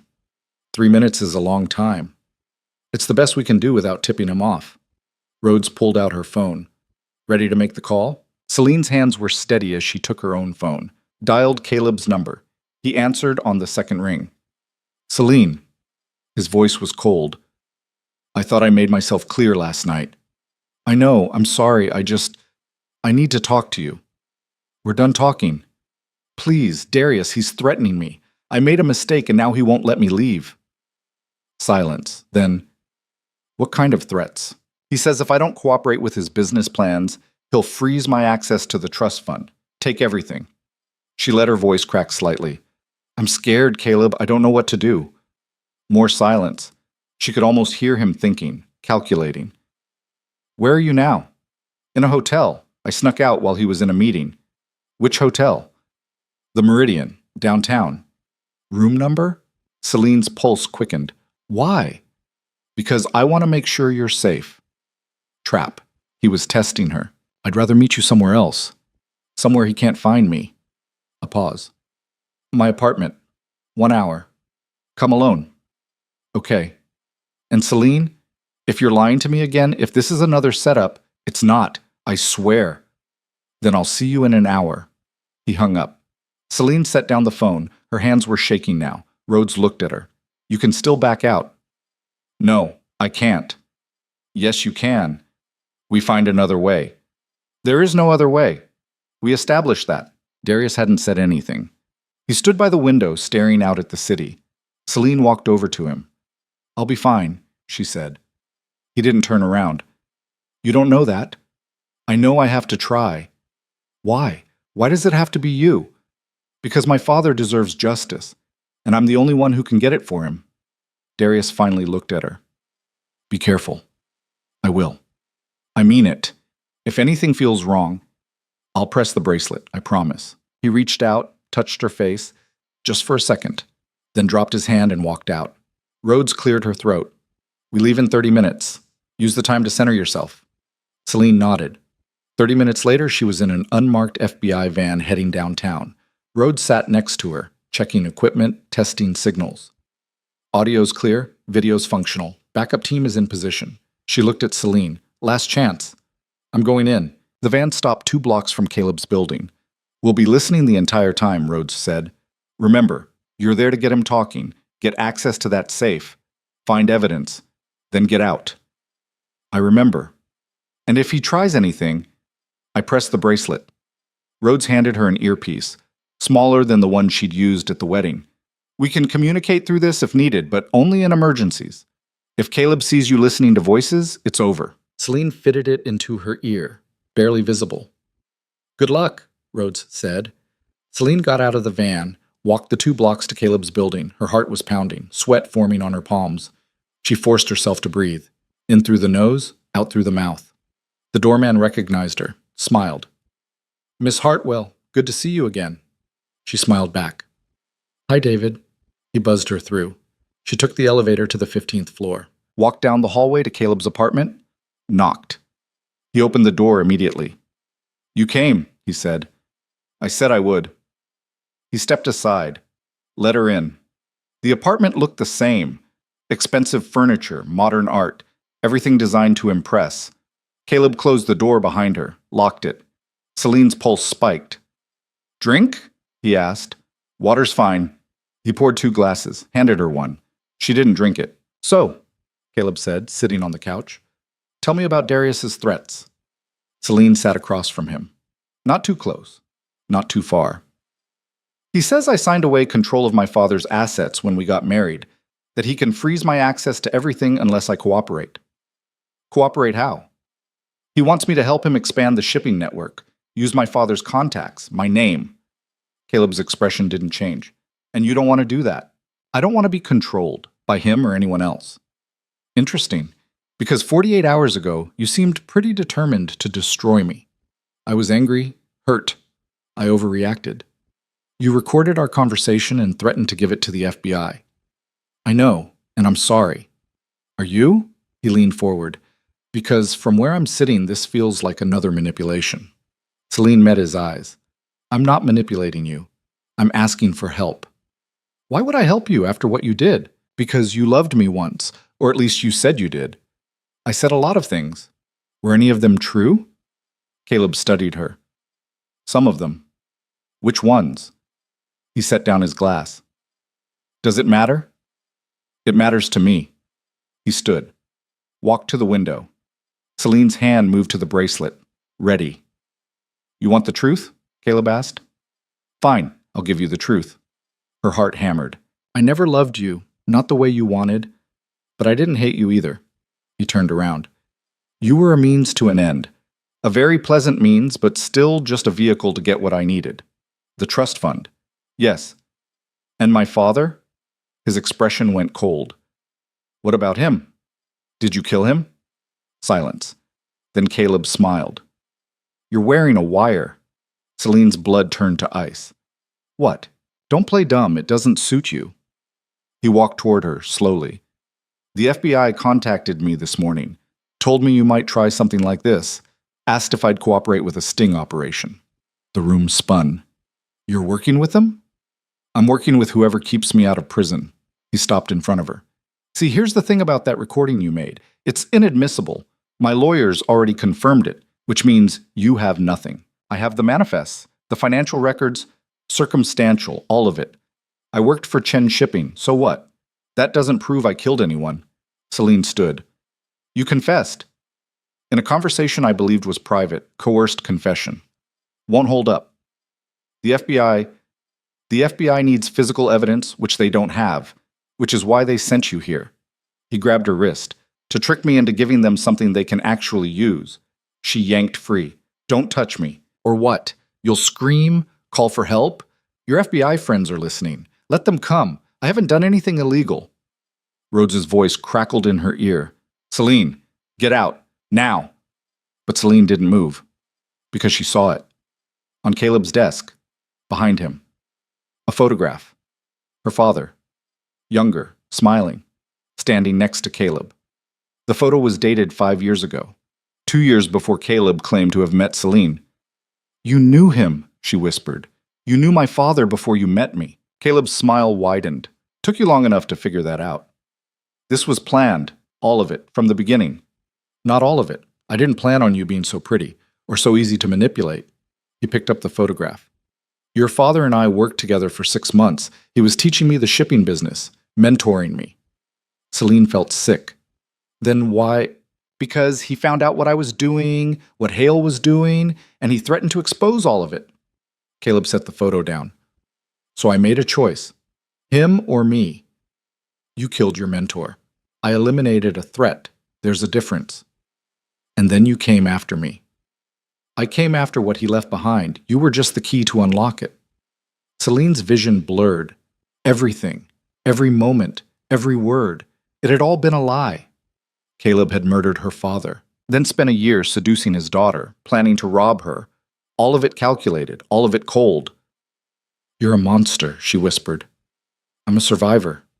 Just like you. He stepped closer. The difference is, I'm better at it. Celine's hand went to the bracelet, pressed twice. Took you long enough, Caleb said. The door exploded open. FBI agents poured in, guns drawn, shouting. Caleb raised his hands, smiling. Gentlemen, ladies, come in. Make yourselves at home. Rhodes grabbed Celine, pulled her back. You okay? Celine couldn't speak. Rhodes turned to Caleb. Caleb Vance, you're under arrest for what? He laughed. I haven't committed a crime. Check the warrant. You have nothing. Rhodes's face went tight. She was right. They had nothing. The confession was inadmissible. The manifests were circumstantial. The photograph proved nothing except that Caleb knew her father. They couldn't arrest him. Not without evidence. Caleb's lawyer appeared in the doorway. Expensive suit. Cold eyes. My client will be happy to cooperate with any official investigation, but right now you're trespassing. I suggest you leave before I file harassment charges. Rhodes looked at Celine, then at Caleb. This isn't over. Yes, Caleb said. It is. The agents lowered their weapons, started to leave. Celine felt reality collapsing. They were letting him go. After everything, the recording, the evidence, the confession, they were letting him walk away. No, she said. Rhodes turned. Celine, no, he killed my father. He admitted it. In a conversation we can't use, then find something you can use. We tried. There's nothing here. Then look harder. Caleb's lawyer stepped forward. I'm going to have to ask you all to leave. Now. Rhodes grabbed Celine's arm. Let's go. No. We don't have a choice. There's always a choice. Celine pulled free, walked straight to Caleb. This isn't finished, she said quietly. I will destroy you, one way or another. He leaned close, whispered so only she could hear. Your father said the same thing, right before I cut his brake lines. Something inside her snapped. She hit him. Not a slap. A punch. Full force. Her fist connected with his jaw. He stumbled back, blood on his lip. Agents grabbed her, pulled her away. Assault! Caleb's lawyer shouted. I want her arrested for assault. Rhodes dragged Celine toward the door. You need to leave, now. Celine's hands were shaking, her knuckles split, bleeding, but she felt nothing, just rage, pure, absolute, consuming. They pulled her into the hallway, the elevator, out of the building, back to the van. Rhodes slammed the door. What the hell were you thinking? He killed my father. I know. And you're letting him go. Because we don't have evidence. Rhodes's voice cracked. Do you think I want to let him walk? I don't. But without proof, my hands are tied. Celine slumped against the seat. Her father's killer was free. Still breathing, still smiling, still winning. There has to be something, she said. Some way to... Her phone buzzed. A text from an unknown number. She opened it. A photo loaded. Her mother, sitting in a restaurant across from Marcus Hale. The timestamp was from this morning. Below the photo, a message. Want to know what they're discussing? Meet me alone. Pier 22, midnight. D.D. Daniel Hale, Marcus's son. Celine stared at the message. Rhodes leaned over. What is that? Celine showed her. It's a trap, Rhodes said immediately. Maybe. No, maybe about it. Daniel Hale is trying to lure you somewhere isolated. Or he's trying to help. Why would he help you? I don't know, but if there's even a chance he has information about my mother, absolutely not. You are not meeting him. You can't stop me. Yes, I can. You're a civilian. I can detain you for your own protection. Celine looked at her. Then you'll have to. Because I'm going. Rhodes's jaw tightened. Then she pulled out her phone, made a call. I need a full surveillance team at Pier 22. Tonight, midnight. She paused. Yes, I know it's short notice. Do it anyway. She hung up, looked at Celine. If you're doing this, you're doing it wired, monitored, with backup 30 seconds away. Fine. And if Daniel tries anything, I'll press the bracelet. I mean it, Celine. These people are dangerous. They've killed before. I know. My father was one of their victims. Rhodes sighed. You're not going to stop until they're all in prison, are you? No, I'm not.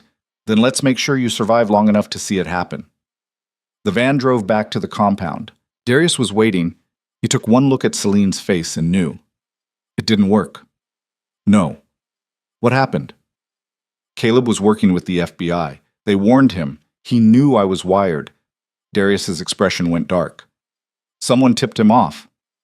Obviously. Who? I don't know, but we're going to find out. She showed him the text from Daniel. Tonight, Pier 22. He says he has information about my mother. It's a trap. Everyone keeps saying that. Because it's true. Maybe. But it's also the only lead we have. Darius looked at her bleeding knuckles. What happened to your hand? I hit Caleb. Good. She almost smiled. Rhodes didn't think so. Rhodes isn't the one who had to watch that bastard walk away. Darius pulled out a first aid kit. Started cleaning her hand. Did he say anything before the agents showed up? He admitted everything, said my father mentored him, then threatened to expose Hale's operation, so Caleb killed him. Darius's hand stilled. He told you that? Yes. Why? Because he knew the FBI couldn't use it. He wanted me to know. Wanted me to suffer. He's going to regret that. Not if he gets away with it. Darius finished wrapping her hand. He's not getting away with anything. How can you be sure? Because we're not done yet. He pulled out his phone. Made a call. Marcus, it's Darius. We need to talk tonight. Yes, I know it's late. This can't wait. A pause. Your office. 1 hour. Come alone. He hung up. Celine stared at him. What are you doing? Applying pressure. If Caleb won't break, maybe Hale will. Hale ordered my father's death. Why would he confess? He won't. But he'll make a mistake. And when he does, we'll be there to catch it. That's a gamble. Everything about this is a gamble. Darius looked at her. But we're out of safe options, so we go all in. Celine nodded. What about Daniel, the meeting at midnight? We handle that after Hale, one crisis at a time. Rhodes is setting up surveillance. Good, let her, but you're not going alone. She wants me wired. I don't care what she wants. You walk into that meeting, I'm there, watching. She won't allow it. She doesn't have a choice. Darius's voice was steel. You're my wife, legally. That gives me rights, and I'm exercising them. Celine looked at him. This man who'd been a stranger 4 days ago, who'd manipulated her into marriage, who'd lied by omission about her father's empire, who was now standing in front of her looking like he'd burn the world down before he let her face this alone. Okay, she said. Okay. You can come, but you stay out of sight. If Daniel sees you, he won't. Promise me. I promise. 50 minutes later, they were in Darius's car heading to Marcus Hale's office. Downtown, high rise, 14th floor. The building was mostly empty, just security and a few late-night workers. They took the elevator up. Hale was waiting in his office. He looked older than his photo. Tired, like the weight of his crimes was finally catching up. Darius, he said, I wasn't expecting company. This is my wife, Celine. Hale's eyes widened slightly. Robert's daughter. Yes. I'm sorry for your loss. Your father was a good man. Don't, Celine said. Her voice was ice. Don't pretend you cared about him. Hale's expression shifted. I did care. That's why I tried to stop what happened. But you didn't stop it. No, I didn't. He sat down heavily. And I've regretted it every day since. Darius stepped forward. If you regretted it, you would have come forward. And said what? That I ordered a hit on my business partner? I'd be in prison. You deserve to be in prison. Maybe. But prison doesn't bring Robert back. It doesn't fix anything. Celine felt her control slipping. It would give him justice. Would it, or would it just make you feel better? What's the difference? Hale looked at her. Really looked. Your father came to me 3 days before he died. Told me he'd found evidence of illegal shipments. Asked me to help him expose it. And you refused. I told him to wait, to let me handle it quietly. I thought I could shut it down without anyone getting hurt. But you couldn't. No, because the people running those shipments, they're not like us. They don't negotiate. They eliminate threats. So you let them eliminate my father. I didn't let them. I tried to protect him. I called him the night before he died, told him to leave town, to disappear until I could clean this up. But he didn't leave. No, he said he wasn't running, that he'd spent his whole life building something worth protecting, and he wasn't going to let criminals destroy it. Celine's throat tightened. That sounded like her father. Stubborn, principled, stupid. If you knew he was in danger, why didn't you warn him about Caleb? I didn't know Caleb was involved. Not until after. Hale's voice cracked. By then it was too late. And you've spent 3 years covering it up. I've spent 3 years trying to survive. The people who ordered your father's death, they're still out there, still operating. If I'd come forward, they would have killed me too. You're a coward. Yes, I am. The admission hung in the air. Darius pulled out his phone. We have evidence linking Caleb to my father's murder. Manifests, financial records, but the FBI says it's not enough. It's not. Why? Because Caleb covered his tracks. He always does. He's smart, methodical. He knows how to make things disappear. Then help us prove it. Hale looked up. How? Testify. Tell the FBI what you just told us. That would be suicide. Or it would be redemption. I don't believe in redemption. Then do it for survival, because right now you're caught between us and the people who ordered the hit. Eventually, one side is going to crush you. Hale was quiet for a long moment. Then, what do you want from me? Everything. Names, locations, how the operation works, who's running it. And in exchange, we keep you alive, and we make sure when this goes public, you're a witness, not a defendant. You can't promise that. No, but it's better odds than you have now. Hale stood, walked to his safe, opened it, pulled out a thick folder, handed it to Darius. This is everything. Shipping routes, financial records, communications with the people running the operation. Celine's heart raced. Why are you giving us this? Because I'm tired, and because your father deserved better. Hale looked at her. He was trying to do the right thing, and it got him killed. The least I can do is make sure it wasn't for nothing. Darius flipped through the folder. His expression changed. This is everything we need. I know. Why now? Why not 3 years ago? Because 3 years ago I was scared. Now I'm just exhausted. Hale sat back down. Do what you need to do. I'll cooperate. Celine felt something shift. They had him. They actually had him. Who ordered the hit? She asked. Who gave Caleb the final authorization?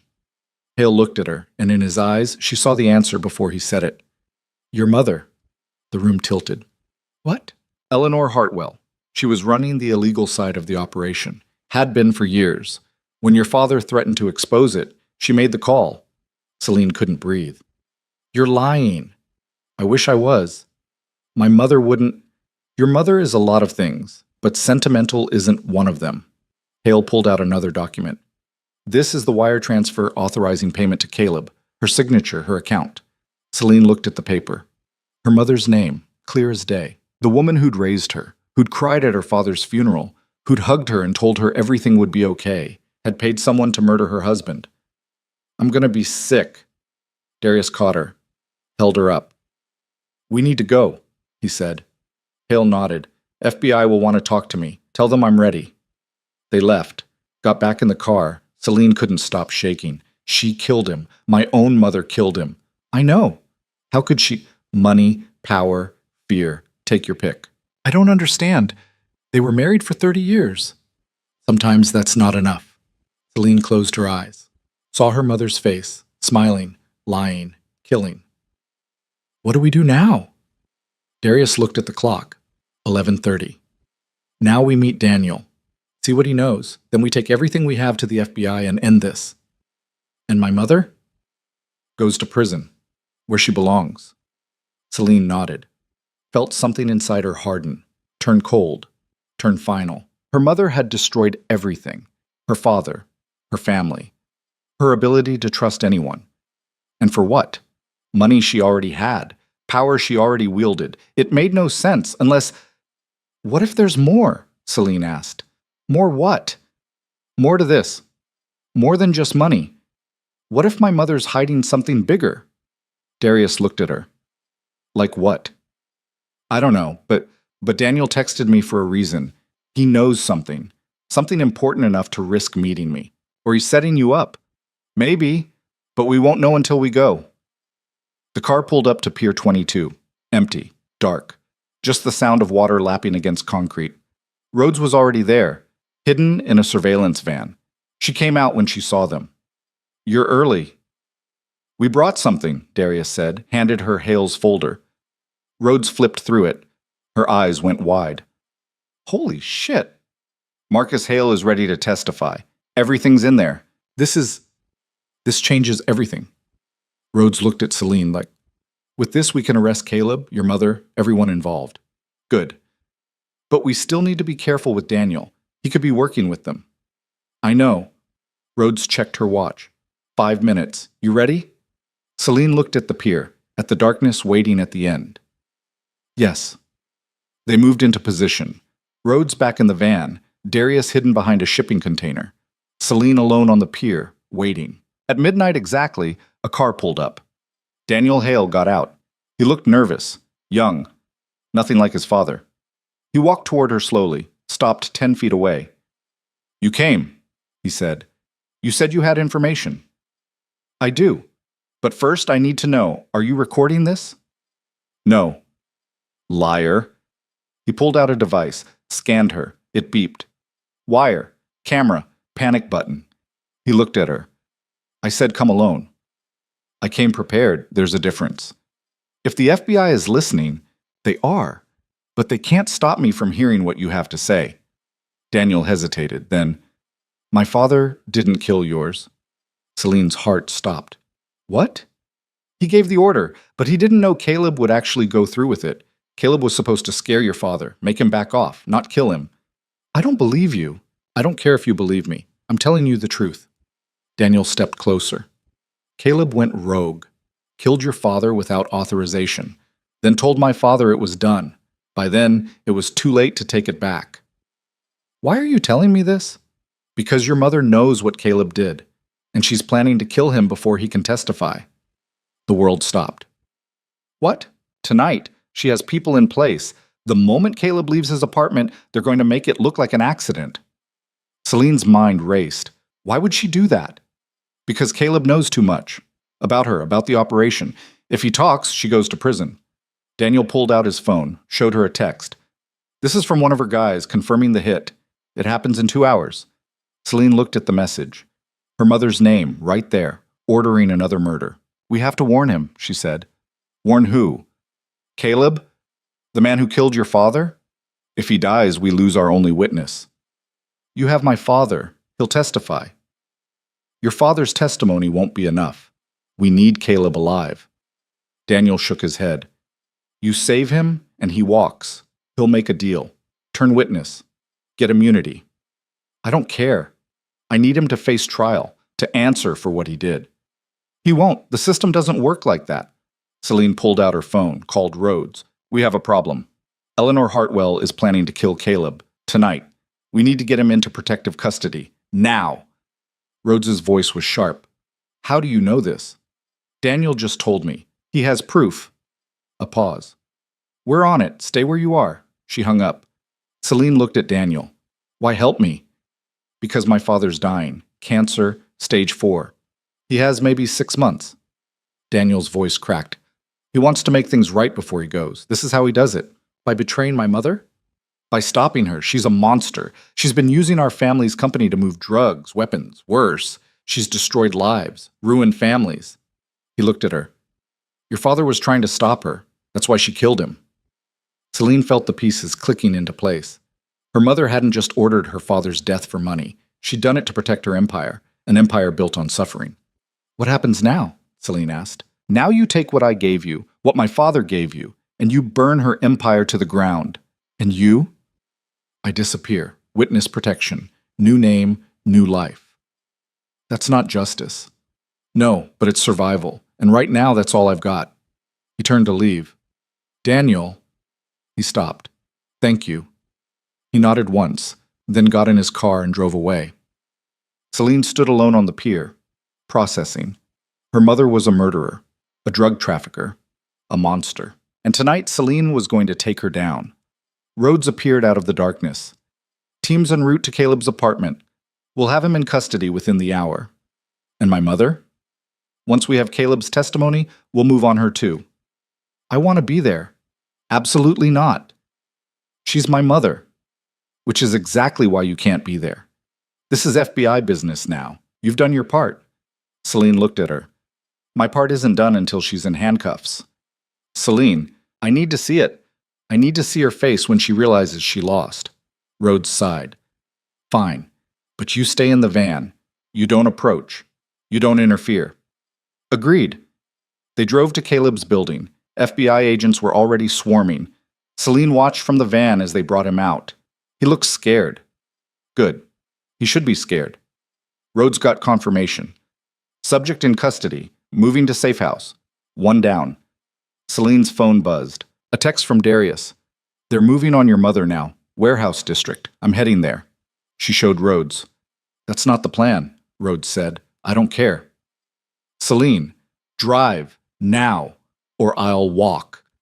Rhodes cursed, but she drove. They reached the warehouse 15 minutes later. FBI tactical team was already in position. Celine's mother was inside. Meeting with 3 men Celine didn't recognize, discussing shipments, payment, murder, all of it recorded, all of it evidence. Rhodes gave the signal, agents moved in. FBI, hands up! Chaos. Gunfire. Celine's mother ran. Agents chased, tackled her to the ground. Handcuffs. Done. Celine got out of the van, walked toward the scene. Her mother saw her.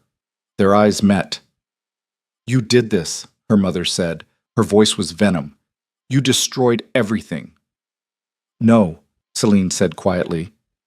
You did. When you killed Dad. Your father was weak, sentimental. He would have ruined everything we built. He built it. You corrupted it. I protected it. You murdered him. Her mother's face twisted. He gave me no choice. There's always a choice. You chose wrong. Agents pulled her mother away. She was still screaming. Threats, curses, blame. Celine watched until she disappeared into an FBI vehicle. Then she collapsed. Darius caught her. It's over, he said. Is it? Yes. Caleb's in custody. Your mother's in custody. Hale's testifying. It's done. Celine looked at him. This man who'd been a stranger, who'd become a partner, who'd stood beside her through all of it. What happens now? She asked. Now we go home. Sleep. And tomorrow we start figuring out what comes next. And us? He looked at her. What about us? We had a deal, 1 year, then divorce. We did. Do you still want that? Darius was quiet for a long moment, then, I don't know. Do you? Celine looked at the warehouse, at the FBI vehicles, at the empire her father had built that was now half hers, at the man standing beside her who'd helped her destroy the people who'd destroyed her family. I don't know either, she said. Then we figure it out. Together. Together. They got in the car, drove back to the compound, and for the first time in 4 days, Celine felt something other than rage. She felt exhausted, but also hopeful. Maybe. The car pulled through the gates. Home. Or something like it. Celine looked at Darius. Thank you. For what? For not letting me do this alone. He almost smiled. You're welcome. They got out, walked inside. And somewhere in the darkness, Celine's phone buzzed. One last message. From an unknown number. You think it's over. It's not. Your mother was just one piece. The real power is still out there. And now they know who you are. Sleep well, Celine. You're going to need it. She stared at the message, showed Darius. His expression went dark. We need to call Rhodes. Now. But before Celine could dial, the compound's alarms started screaming. Security breach. Someone was inside. Darius grabbed her hand. Run! They ran. Celine stood in the war room, staring at the photograph of her mother shaking hands with Marcus Hale. The image was time-stamped 3 weeks before her father's death. Her mother wore a cream blazer and that smile she reserved for charity events. Polished, untouchable, fake. I need to see her, Celine said. Darius looked up from the files spread across the table. That's a bad idea. I don't care. She's dangerous, Celine, more dangerous than Caleb, more dangerous than Hale. She's had decades to perfect this. She's also my mother, and I need to hear her say it. Celine's voice was steady, but her hands were clenched so tight her nails cut into her palms. I need to look her in the eye and hear her admit she killed him. And then what? Then I decide whether to turn her in or bury her myself. Darius stood, walked around the table until he was directly in front of her. You're not a killer. How do you know? Because if you were, Caleb would already be dead. She met his eyes. Maybe I'm just patient. He studied her face for a long moment. Then he pulled out his phone. I'll arrange the meeting, but I'm coming with you. No, this is between her and me. She'll have security, lawyers, an exit strategy for every scenario. Then I'll be smarter. Celine, this isn't negotiable. Her voice went cold. You've had 3 years to hunt her down. You didn't. Because deep down, you knew what telling me would do, what it would turn me into. She stepped closer. Well, congratulations. You created exactly what you needed. Someone ruthless enough to finish this. So, let me finish it. Darius's jaw tightened. But he didn't argue. He made the call. 20 minutes later, it was arranged. Her mother would meet her tomorrow. Noon, at the family estate, the house where Celine had grown up, where her father had lived, where her mother had planned his murder. Celine barely slept that night. She lay in the guest room watching the ceiling, her mind replaying every moment from her childhood. Her mother reading to her before bed, teaching her to ride a bike, crying at her high school graduation. All of it real. All of it lies. Both things could be true. That was the part that made her sick. Her mother had loved her, and her mother had killed her father. Not for survival, not for protection, for profit. At dawn, Celine got up, showered, dressed in black, no jewelry, no makeup beyond what was necessary to look composed. She looked like she was going to a funeral. In a way, she was. Darius was waiting downstairs with coffee and a handgun. Take it, he said. She looked at the weapon, small, compact, deadly.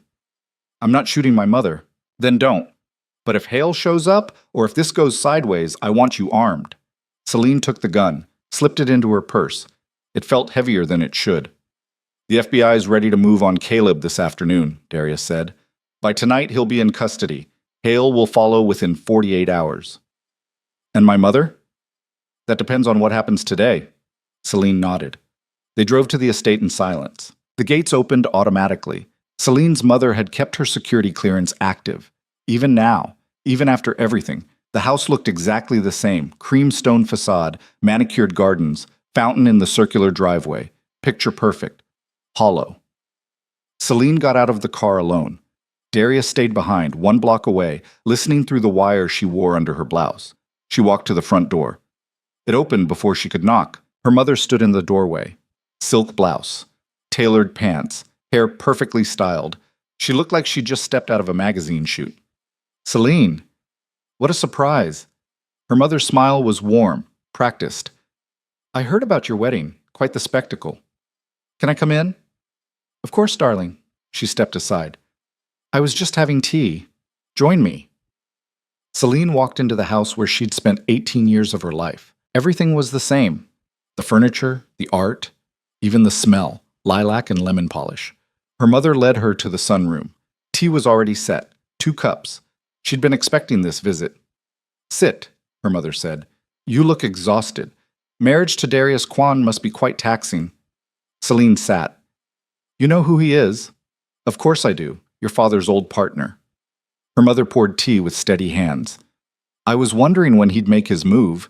I'm surprised it took him this long. He's been investigating you. I know.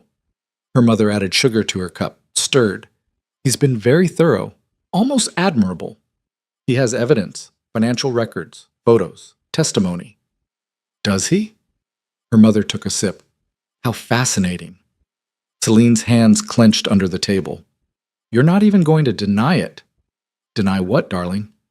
That you killed Dad. Her mother set down her teacup, dabbed her lips with a napkin. When she looked up, her expression hadn't changed. Your father was a good man, but he was also naive. He thought he could build an empire and keep his hands clean. That's not how the world works. Celine's chest tightened. So you admit it? I'm not admitting anything that could be used against me in court. I'm simply having a conversation with my daughter. Her mother leaned back. You want to know what happened? Fine, I'll tell you. But you need to understand the context. There's no context that justifies murder. No? Let me paint you a picture. Her mother's voice was calm, almost gentle. Your father built a shipping empire, legitimate routes, legal cargo. But running a clean operation in a dirty industry? That's expensive. Competitors undercut us. Regulators bled us dry. We were losing money, millions, every quarter. So you started trafficking. I started being practical. There were people willing to pay premium rates for discreet shipping. I provided that service. Your father never knew. For years, it worked perfectly. Until he found out. Until he started asking questions he should have left alone. Her mother's expression hardened. He found a discrepancy in one of the manifests, started digging, threatened to go to the authorities. Do you understand what that would have done to the business, to our family, to you? Don't you dare make this about protecting me. But it was, partly. Her mother reached across the table, touched Celine's hand. If your father had exposed the operation, we would have lost everything. The house, the money, your trust fund, your future. I couldn't let that happen. Celine yanked her hand away. So you had him killed. I made a decision. A hard one, but necessary. You had your husband murdered. I had a liability removed. Her mother's voice didn't rise, didn't waver.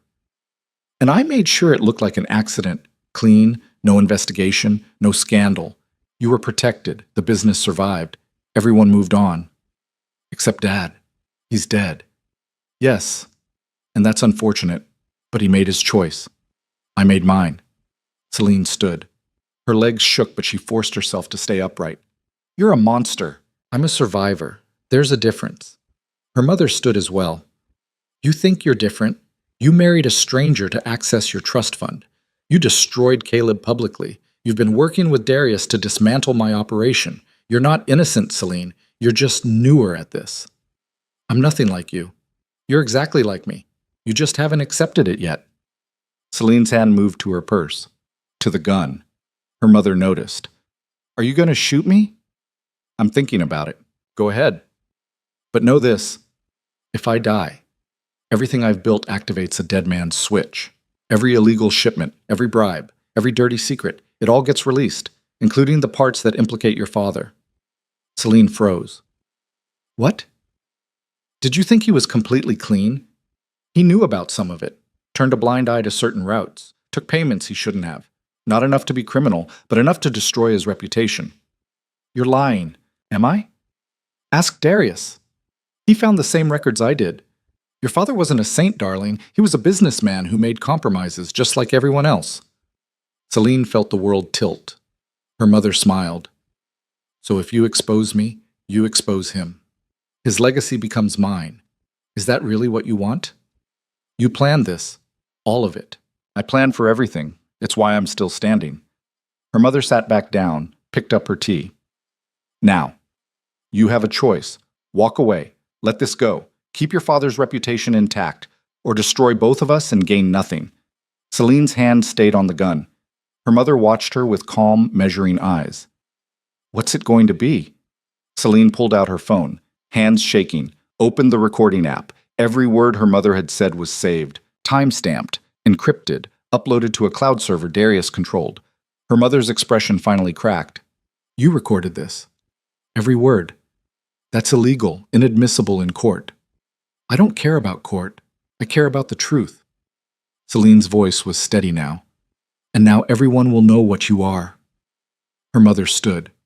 If you release that, your dead man's switch activates. Fine. Let it. I'd rather the world know my father made mistakes than let you keep pretending you're untouchable. You'll destroy his memory. You already did that when you killed him. Her mother's face went cold. You're making a mistake. The only mistake I made was thinking you were capable of loving anyone more than yourself. Celine turned and walked toward the door. Her mother's voice followed her. You'll regret this. Probably, but I'll regret it free. She walked out of the house, got in the car. Darius was waiting. I heard everything, he said. Good. Then you know what to do. Are you sure? Once we release this, I'm sure. Send it to the FBI, the media, anyone who'll listen. Darius pulled out his phone, made the call. Celine watched the house recede in the rearview mirror. Somewhere inside, her mother was making calls, activating contingencies, trying to contain the damage. But it was too late. The recording was already spreading. By that evening, every major news outlet had the story. By midnight, her mother was in federal custody. Caleb was arrested at his apartment. No fight, no dramatic escape, just handcuffs and a perp walk captured by a dozen cameras. Marcus Hale tried to run, made it as far as his private jet before FBI agents stopped him on the tarmac. Daniel Hale was arrested at his office. He confessed within an hour, gave up names, locations, everything. The entire network collapsed in 72 hours. And Celine watched it all happen from the compound. Darius kept her updated, showed her the arrest warrants, the news coverage, the federal indictments. It should have felt like victory. Instead, it felt like standing in the ruins of everything she'd ever known. 3 days after her mother's arrest, Ivy showed up at the compound. Security tried to stop her. She pushed past them and found Celine in the war room. You look like hell, Ivy said. I feel like it. Ivy sat down. I saw the news. Your mother, Caleb, all of it. Yeah. Are you okay? Celine laughed. It sounded broken. My mother killed my father. My ex-fiancé helped. And I just spent the last week becoming someone I don't recognize to take them down. So no, I'm not okay. Ivy reached across the table, took her hand. But you survived. Did I? Because I'm not sure what's left. You're left, the real you, under all the armor. Celine looked at their joined hands. I don't know who that is anymore. Then figure it out. You have time now. Do I? Celine gestured to the files. The maps. The empire her father had built and her mother had corrupted. I own half of this. Darius owns the other half. We're legally bound for a year, and after that, you decide what comes next. Celine pulled her hand away. I can't run this. I don't know how. So learn, or sell it, or burn it down and start over. Ivy's voice was firm. But don't let what they did define what you become. It already has. No.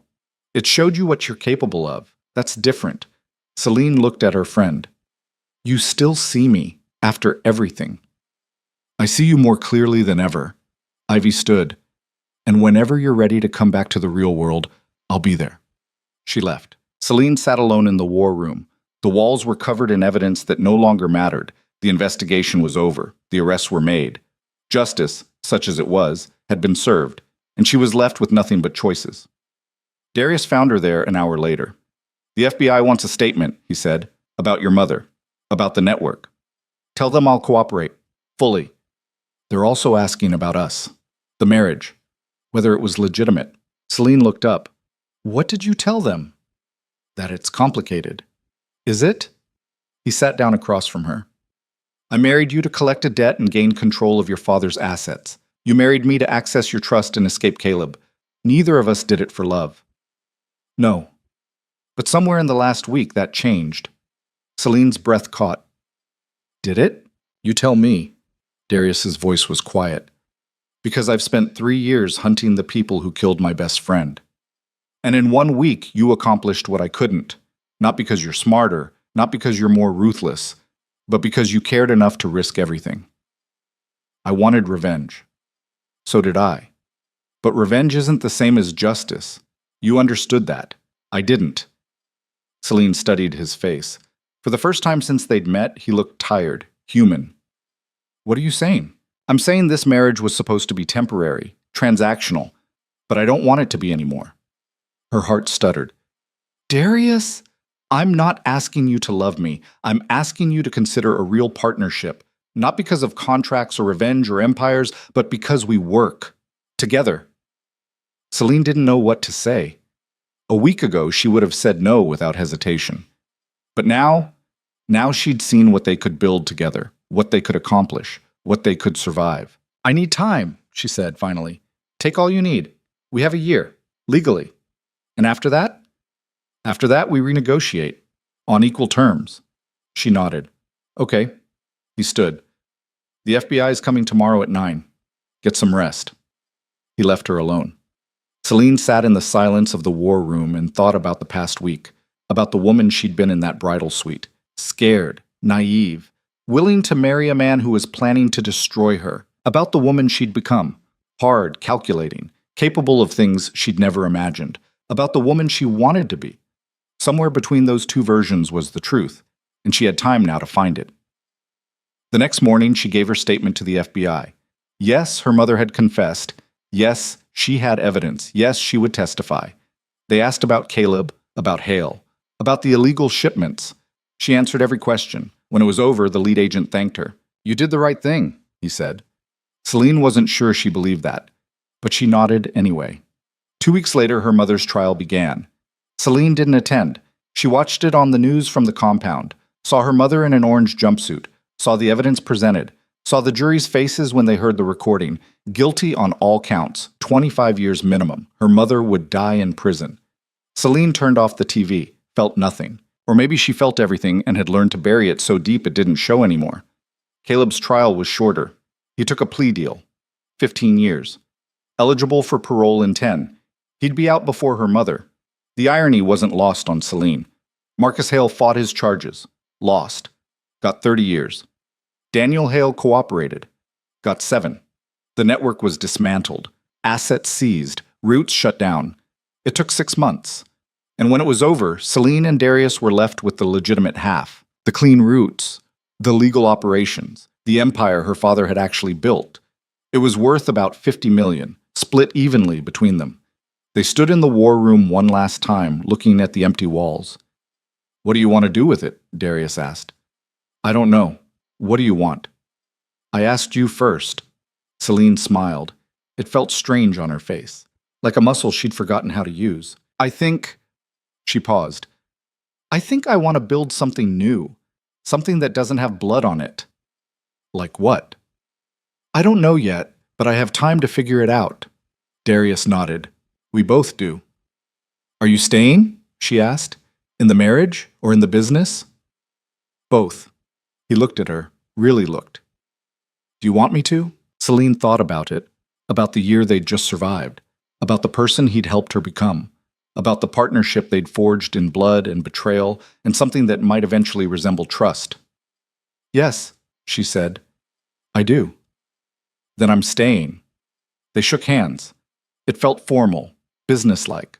But when he didn't let go right away, when his thumb brushed across her knuckles in something that might have been affection, Celine felt something shift. Not love, not yet, but possibility. And that was enough. 6 months after that, Celine sold her half of the shipping empire to a legitimate logistics company. She kept $10 million. Invested the rest in a foundation supporting families affected by corporate crime. Darius kept his half, ran it clean, transparent. They stayed married.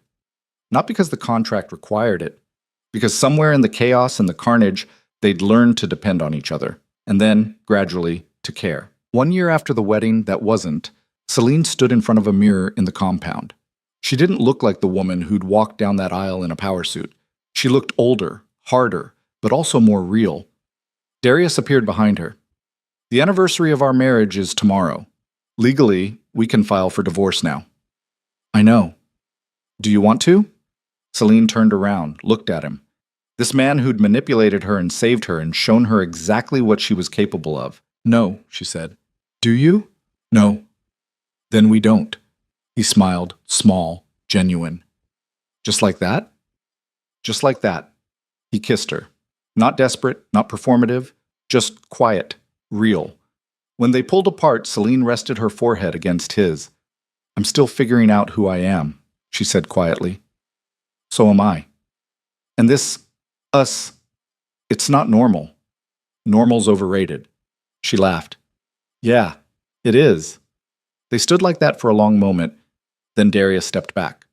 I have something for you. He handed her a folder. She opened it. Inside was a deed to the family estate.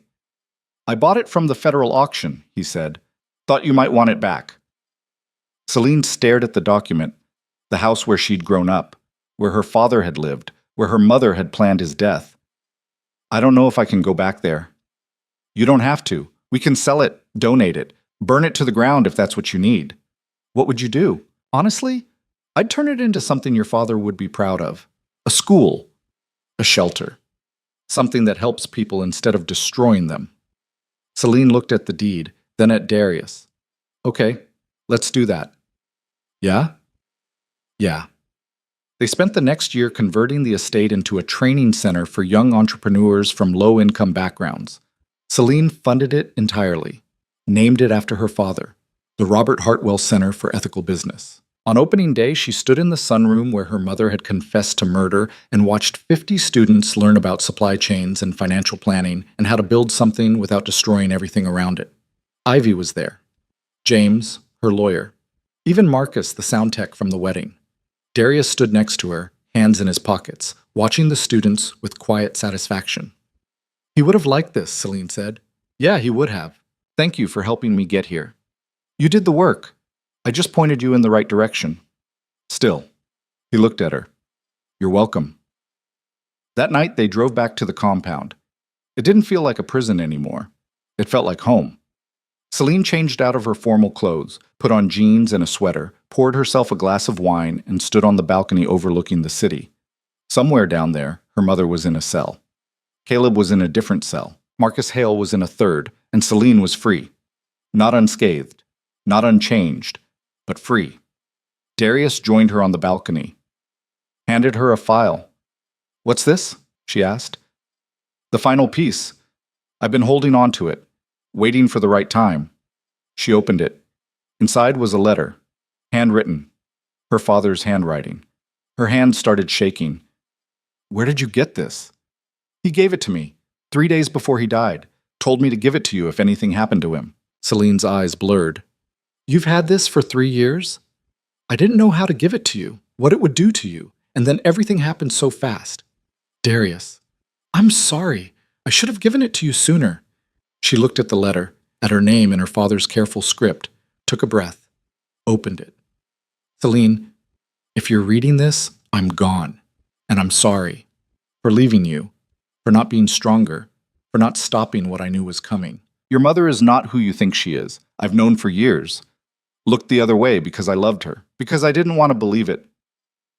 But I can't ignore it anymore. By the time you read this, I'll have tried to stop her, and failed.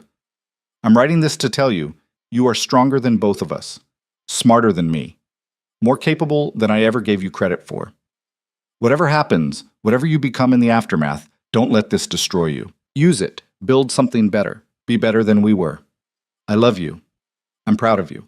And I'm sorry I won't be there to see the woman you become, but I know she'll be extraordinary. Dad Celine read it 3 times, then she folded it carefully, held it against her chest, and cried. Not the broken, desperate crying from before. Just grief, pure and simple. For the father she'd lost. For the illusions she'd buried. For the innocence she'd never get back. Darius didn't say anything, just stood next to her. Let her feel it. When she finally stopped, she wiped her face, looked at him. Thank you. For keeping this safe. I'm sorry I didn't give it to you sooner. Don't be. I wasn't ready. She looked at the letter again. I am now. She folded it, put it in her pocket. I'm going to keep this, frame it maybe. Put it somewhere I can see it when I forget why I'm doing all this. Good. They stood in silence for a moment. Then Celine said, I've been thinking. About? About what comes next, after the center, after the trials, after all of this. What do you want? I want to live. Actually, live. Not just survive, not just fight. She turned to face him. I want to build something real with you, not because we're bound by a contract, but because we choose it. Darius's expression softened.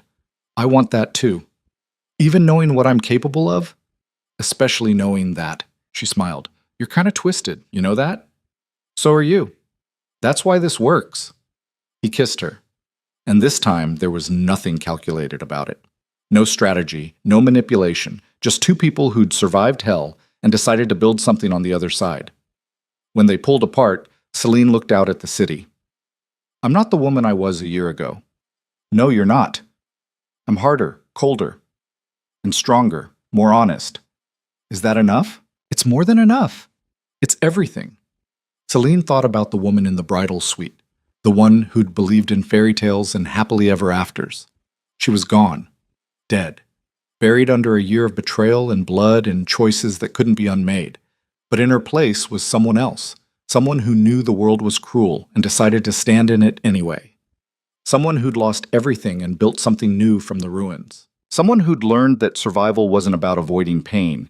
It was about deciding what you'd endure and what you wouldn't. About drawing lines and defending them. About becoming exactly what you needed to be, even when it cost you everything you thought you were. Celine looked at Darius, at the man who'd shown her the darkest parts of herself and stayed anyway. I don't know if we're going to make it, she said quietly. Long term, this marriage, this partnership, all of it. Neither do I. But I want to try. So do I. She nodded. Then let's try. They went inside, closed the door on the past, and started building something that looked like a future. It wouldn't be easy. It wouldn't be clean. But it would be theirs. And that was enough. 2 years later, Celine stood in a courtroom watching her mother's appeal get denied. The judge was firm. The evidence was clear. The sentence would stand. Her mother looked smaller, older, broken. When she saw Celine in the gallery, something flickered in her eyes. Not love, not regret, just recognition. She nodded once. Celine didn't nod back. She stood, walked out, never looked back. Outside, Darius was waiting. How do you feel? He asked. Free. Good. They drove home. The compound had changed, softer now. They'd replaced the stark furniture with things that felt lived in. Added photos, books, a dog that Celine had rescued from a shelter. It looked like a home, felt like one too. That night, they had dinner on the balcony, talked about the center, about the new shipping routes Darius was opening, about the foundation Celine was expanding. Normal things, boring things, beautiful things. When they finished, Celine leaned back in her chair and looked at the stars. Do you ever think about that day? The wedding? Sometimes. Do you regret it? Darius thought about it. No. Do you? No. She looked at him. I regret trusting Caleb. I regret not seeing my mother for what she was. But marrying you? That I don't regret. Even though I manipulated you into it?